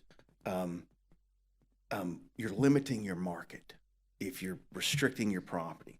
It's just more people you might run off. But the reality is, what we believe is that restrictive nature is what's going to draw people to this property, at least 47, you know, that's how many lots we have. Because, you know, when you're in an environment like this and you want that sort of Point Washington feel, you're not necessarily worried about what you're going to do, you know, because everybody's going, you know, my house is going to be great and it's going to be this. You're worried about what your neighbor's going to do and preventing your neighbor from, you know, clear cutting a lot, putting a house down, grass everywhere, and a couple oak trees. And so that's this restrictive nature is one of the things that we think is going to draw people to the site. And I'm happy to answer any questions from anybody. I don't need anything else from you. Yes, sir. So that leads to a question I was going to ask later, where you're showing all the trees on your diagrams. Mm-hmm.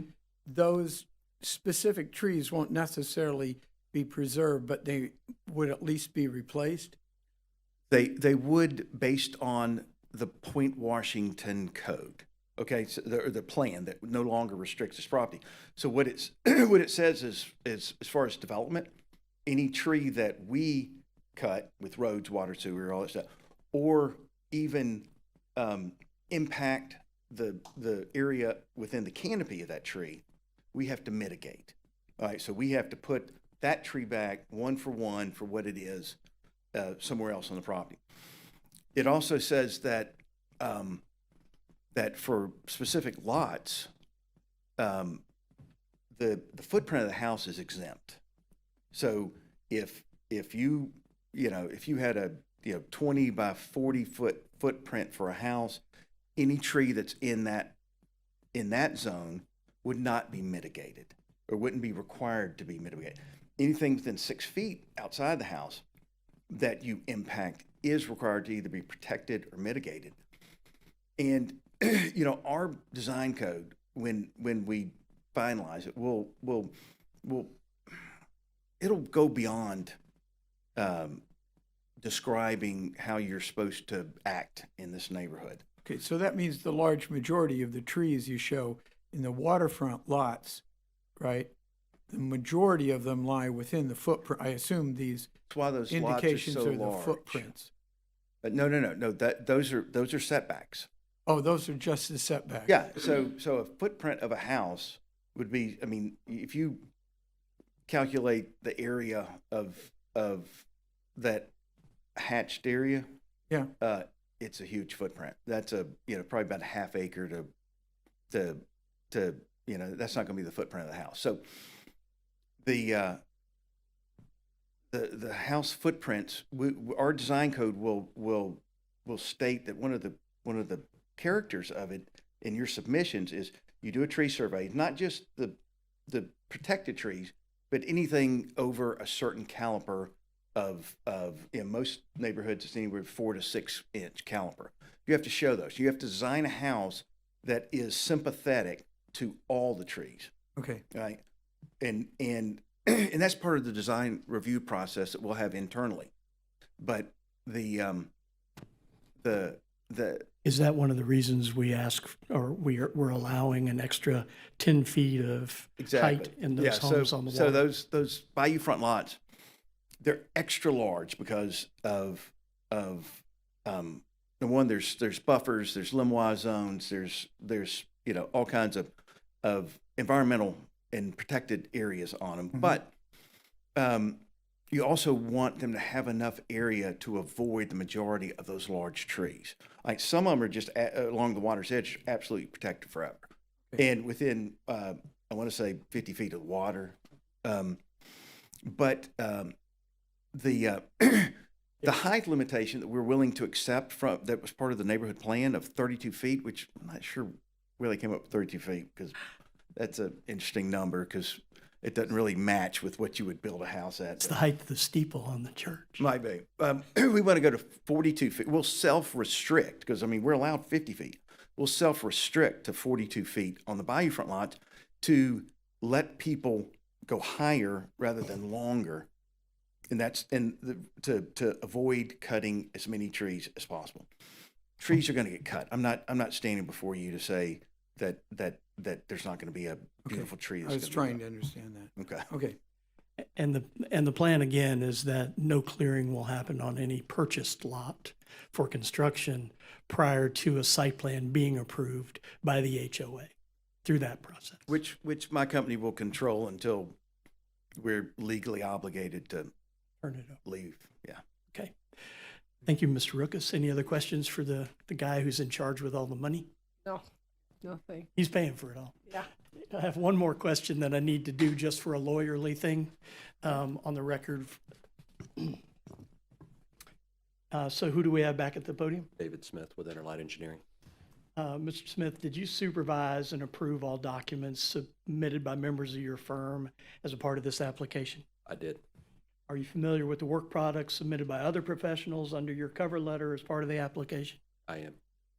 Based on your personal experience and knowledge in permitting over 9,000 projects in Walton County, does this PUD application and the proposed site plan meet the applicable requirements of the Walton County Comp Plan and Land Development Code? Yes, it does. Does the information provided in your testimony and written application materials submitted to the county support that conclusion? Yes, it does. Thank you very much. Thank you. Madam Chairman, just one more procedural item, because it's an old habit of mine. I'd like to move the contents of the county intergov electronic files attached to application 25-00046 into the record supporting the consideration of the application. Well, I'm sorry, MAJ MAJ. 25-00046. We will accept that. And that concludes the presentation. Thank you. I have one more question before you exit.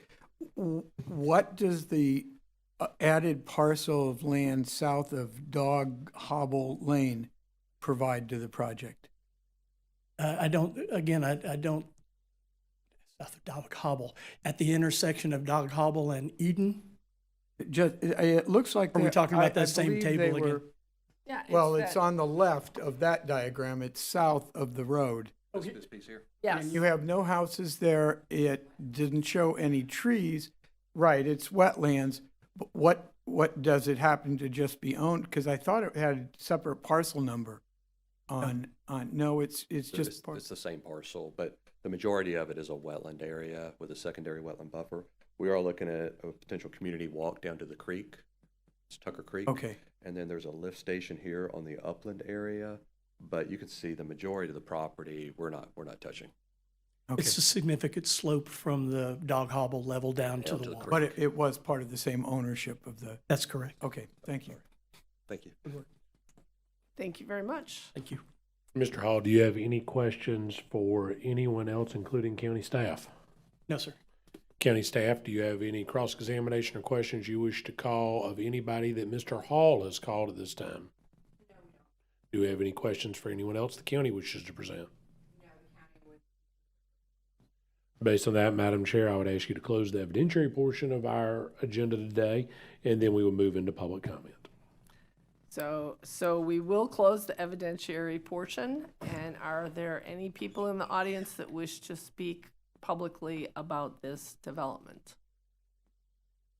And for the record, the county staff, no one requested party status aside from the applicant on this project, correct? Usually somebody would be screaming at us by now if I'd Right. forgotten them, but it's easier to ask while we're getting this started to make sure we're all tracking. And it does not appear that there's anyone who wishes to discuss this, so we will close the public comment period. And I will entertain a motion from the commission. If there's, we could take, okay. Motion to approve, is that correct? Are we for we'll all their discuss concession? it. Oh, okay. Yeah, Well, no, what is the that's motion? true. What is the Can motion you to accept it as it's a- presented? all the things that they're asking for? Okay, Do we have a second? I'll second. Okay, any discussion about this? I mean, I was just gonna say that initially, when I saw the requested setbacks and deviations, I was a little like, whoa. But then when I realized it was only for those 6 lots, then I was kind of okay with it. And I think it's a nice project. It's similar to the subdivision that I live in, with lots of trees and, it wasn't clear cut. And it fronts the bay, and I think that that's important that we're not doing that. So I appreciate that. So is there a dock at the end of that road? Is that what that little square thing that looks like it might be a structure? Down here? Yeah. There's an existing dock on the property, but we are proposing to replace the dock just to make sure it's a new dock facility. So it'll be a public, Yes, sir. It'll be for the to the it'll be for the community. Yes, So sir. other than that, this neighborhood, this HOA isn't responsible well, it'll cut the green areas and maintain things and keep all the nasty renters out, right? They'll maintain the facility, but I'll tell you, there's not a lot of green grass areas. It's more natural areas and, Lots of trees. trees. There's, Okay. there's minimal grass to cut that's proposed. Okay. So you'll have the lowest HOA fee in the county, probably. Okay. Thank you. As the expert on local color, right? That's how you were presented? Yes. Okay, thank you. All right, any more discussion on the item? If not, all those in favor signify by aye. Aye. Opposed? Abstentions? Motion passes 6-0. And our last item, item number 5. Huh?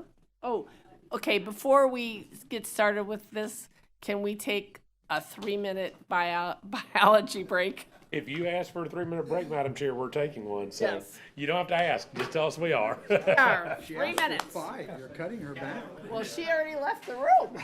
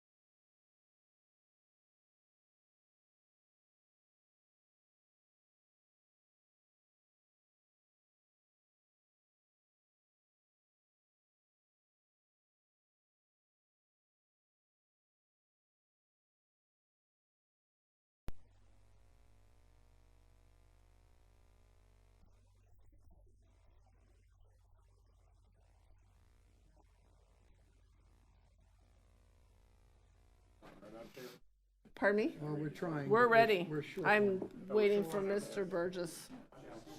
We're waiting for Mr. Burgess. I could go out and get him, but I'd probably stop and go to the bathroom myself.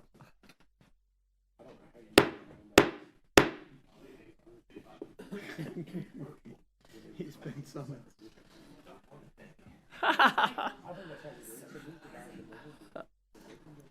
All right, Mr. Schoen.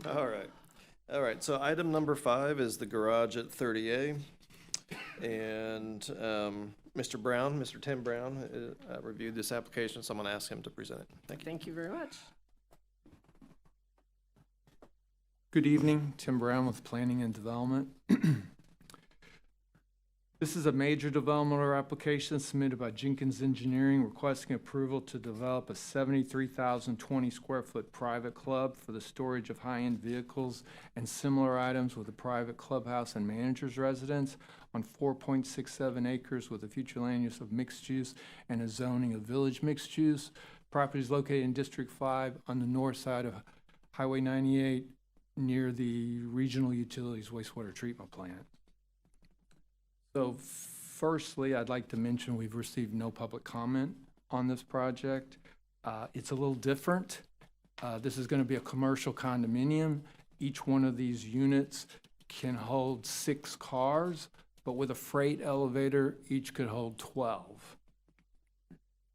This went before the Technical Review Committee on August 6th and was approved by a vote of 6-0. It went before the Design Review Board last Thursday. It was approved by a vote of 5-0 with one condition. With that, I'd like to enter the staff report into the record, please. So entered. And I will enter, I do want to mention a couple other things. So this is VMU over 3 acres, so it's required to have a recreational and a residential component. So the manager's residence would be the residential. He's going to live there full time.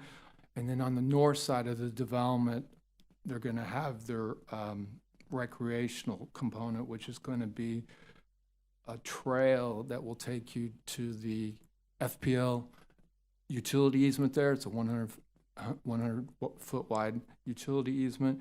And then it's also going to take you over to Malachite, and across that road is going to be a park. It's the residential component of Christian International's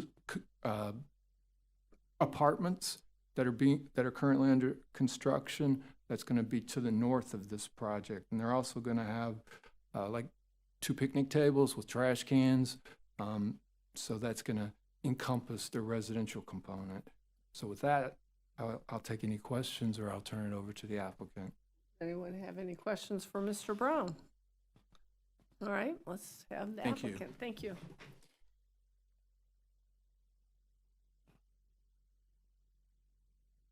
Good evening, Commissioners. Jamie Eubanks, EUBANKS with Jenkins Engineering. I'll just real quickly add a couple things to what Tim said.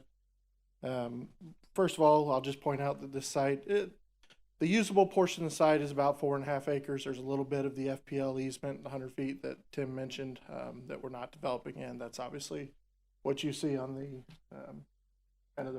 it's actually the northeast corner, but your left side of your paper, your screen. This site has no wetlands. It's actually been, over the course of 40 years, churned, cleared off and on a number of times. We talk about stormwater. We do retain the 100-year storm on this site. And then I'll also add, we're virtually isolated here, actually. We've got US Highway 98 on our south side. The north side, as we mentioned, the FPL easement, Malachite Way on the west. And you can actually probably see that little trail, McKinney Road is what it's called. That's actually a state forest. So we do have a state forest buffer there that we've built into our plan. One of the things, of course, we often get asked about up here is traffic. It's probably one of the unique aspects of this site. I have to admit, when this was brought to me, I didn't know what a toy barn was, but these are apparently quite popular. I know a number of people have talked to us about it. So this is essentially high-end vehicle storage. It's a private clubhouse. There's an on-site manager's resident security that'll be there for when you're dealing with this type of thing. But in terms of traffic, it's not actually a traffic generating use for the most part.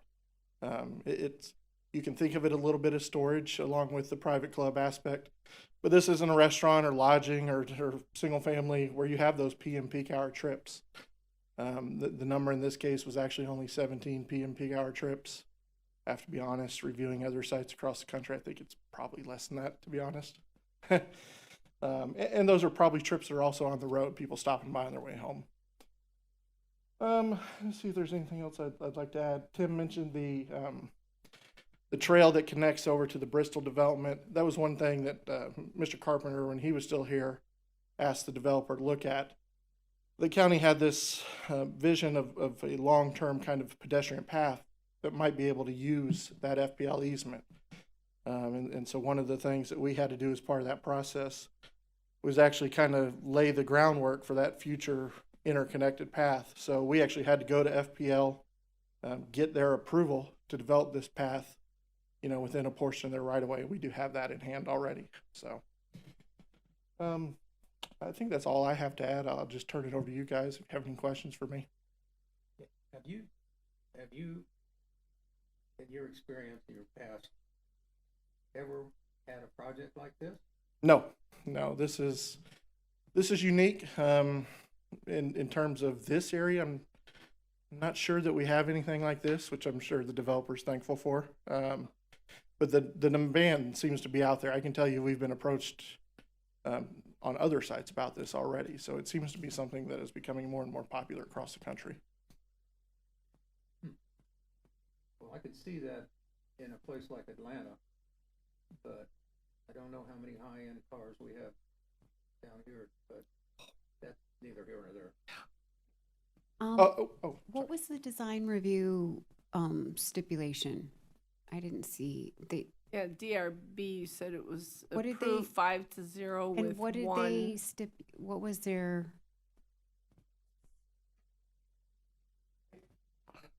Like the other color scheme, if I remember.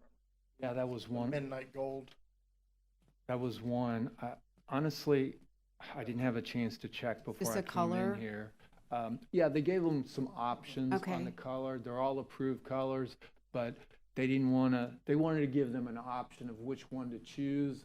And I think it was option one, wasn't it? Option one, which was, again, the midnight gold, means nothing to me, but yes, so that was I believe the condition. I believe that was the condition. One thing I did forget to mention, and I do want to mention it because it came up during TRC review, it was a good catch.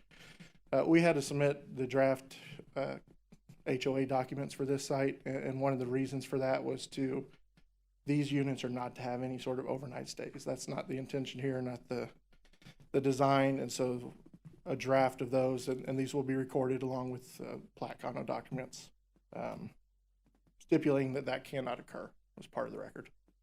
So we'll put that out there as well. So it was mentioned that the capacity doubles with a freight elevator. It's a lift. I don't think freight elevator is the right term, to be honest. Is that a lift for each location so that you're parking, one Porsche on top of correct. a Ferrari or something? So believe it or not, I don't think 12 is the actual maximum number. I think theoretically you can get 24. These are 40 feet wide, 30 feet wide, 40 feet deep. They could actually back in double lifts, triple lifts. I think the number is about 28, actually, if I remember. But will any unrealistic. of these allow for people to work on their cars there or to create a business doing that? No, Or it's is not that designed for any strictly sort of storage. Strictly storage and club use. Now, one of the things that this site kind of lends itself is people getting together, pulling their cars out. You may have noticed that some of the driveways are obviously much wider. You're not going to have an automotive shop or anything like that, but people want to show off their baby, I guess is the best way to put it. Yeah. And then there is an actual clubhouse. It's not just that this is considered to be a club, right? That's I correct. see That's you've got the indoor, southwest outdoor corner bar. is the actual clubhouse. It's got, I forget what all's in there now. Golf simulators were there at one point, things like that. So it's an actual clubhouse with an area Okay. for relaxation. And I don't know that this makes a difference, it's just curiosity. Are these going to be owned by people to put their cars in, or are they gonna be, so That these is the are intent. condos that they will purchase? That's correct. I'm not misspeaking on that. Am I? There's, where I'm from up in Illinois, there was a place very similar to this, so this is a concept that I've actually seen. Okay. And I've seen it in action. Hmm. And a couple of the units had lifts, not all of Sure. them, but a couple I mean, did. obviously, they're designed that you can customize them with how many lifts you want. If you had 10 cars, you can put 10 Yeah. cars in there. Obviously, lifts cost money, so I Yeah, don't one know of that my you'll see that, son's but- friends is a Corvette collector, and he's got 8 Corvettes, and he can't park them at his house, so he has to put them somewhere. So he has them stored in a facility like this. So very familiar with It's the it. first I've seen it in this area, but again, I have seen others already starting to look into it. Cool. Any other questions for Mr. Eubanks? Is there any plans for signage on 98? So there's actually not. That was one of the DRB questions last week. There's no proposed signage on 98 at all. It seems like we had something come up where somebody wanted to do something like this. There was to the west. Miramar like, area. No, it was like Don Bishop area Okay, or. and they wanted to put a glass front on it, which seemed like Yeah. inviting trouble. Yeah. So I would think you guys would want to be below the radar, except for, Ferraris, Porsches, Lamborghinis going in and out all the I think time. that's probably some of the Okay. making. Okay, well, maybe I can get my Civic in there sometime. As long as you leave space for my beat up. I want mine on top in case yours is You pay dripping for the oil. lift. Pay for the lift.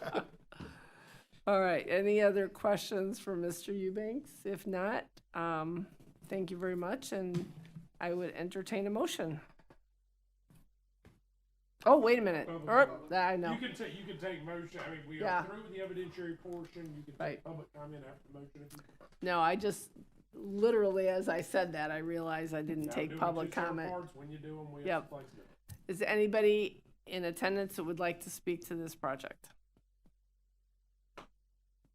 Seeing none, we can close the public comment period. Now we can entertain a motion. Motion to approve. Any discussion on the motion? Okay, all those in favor signify by aye.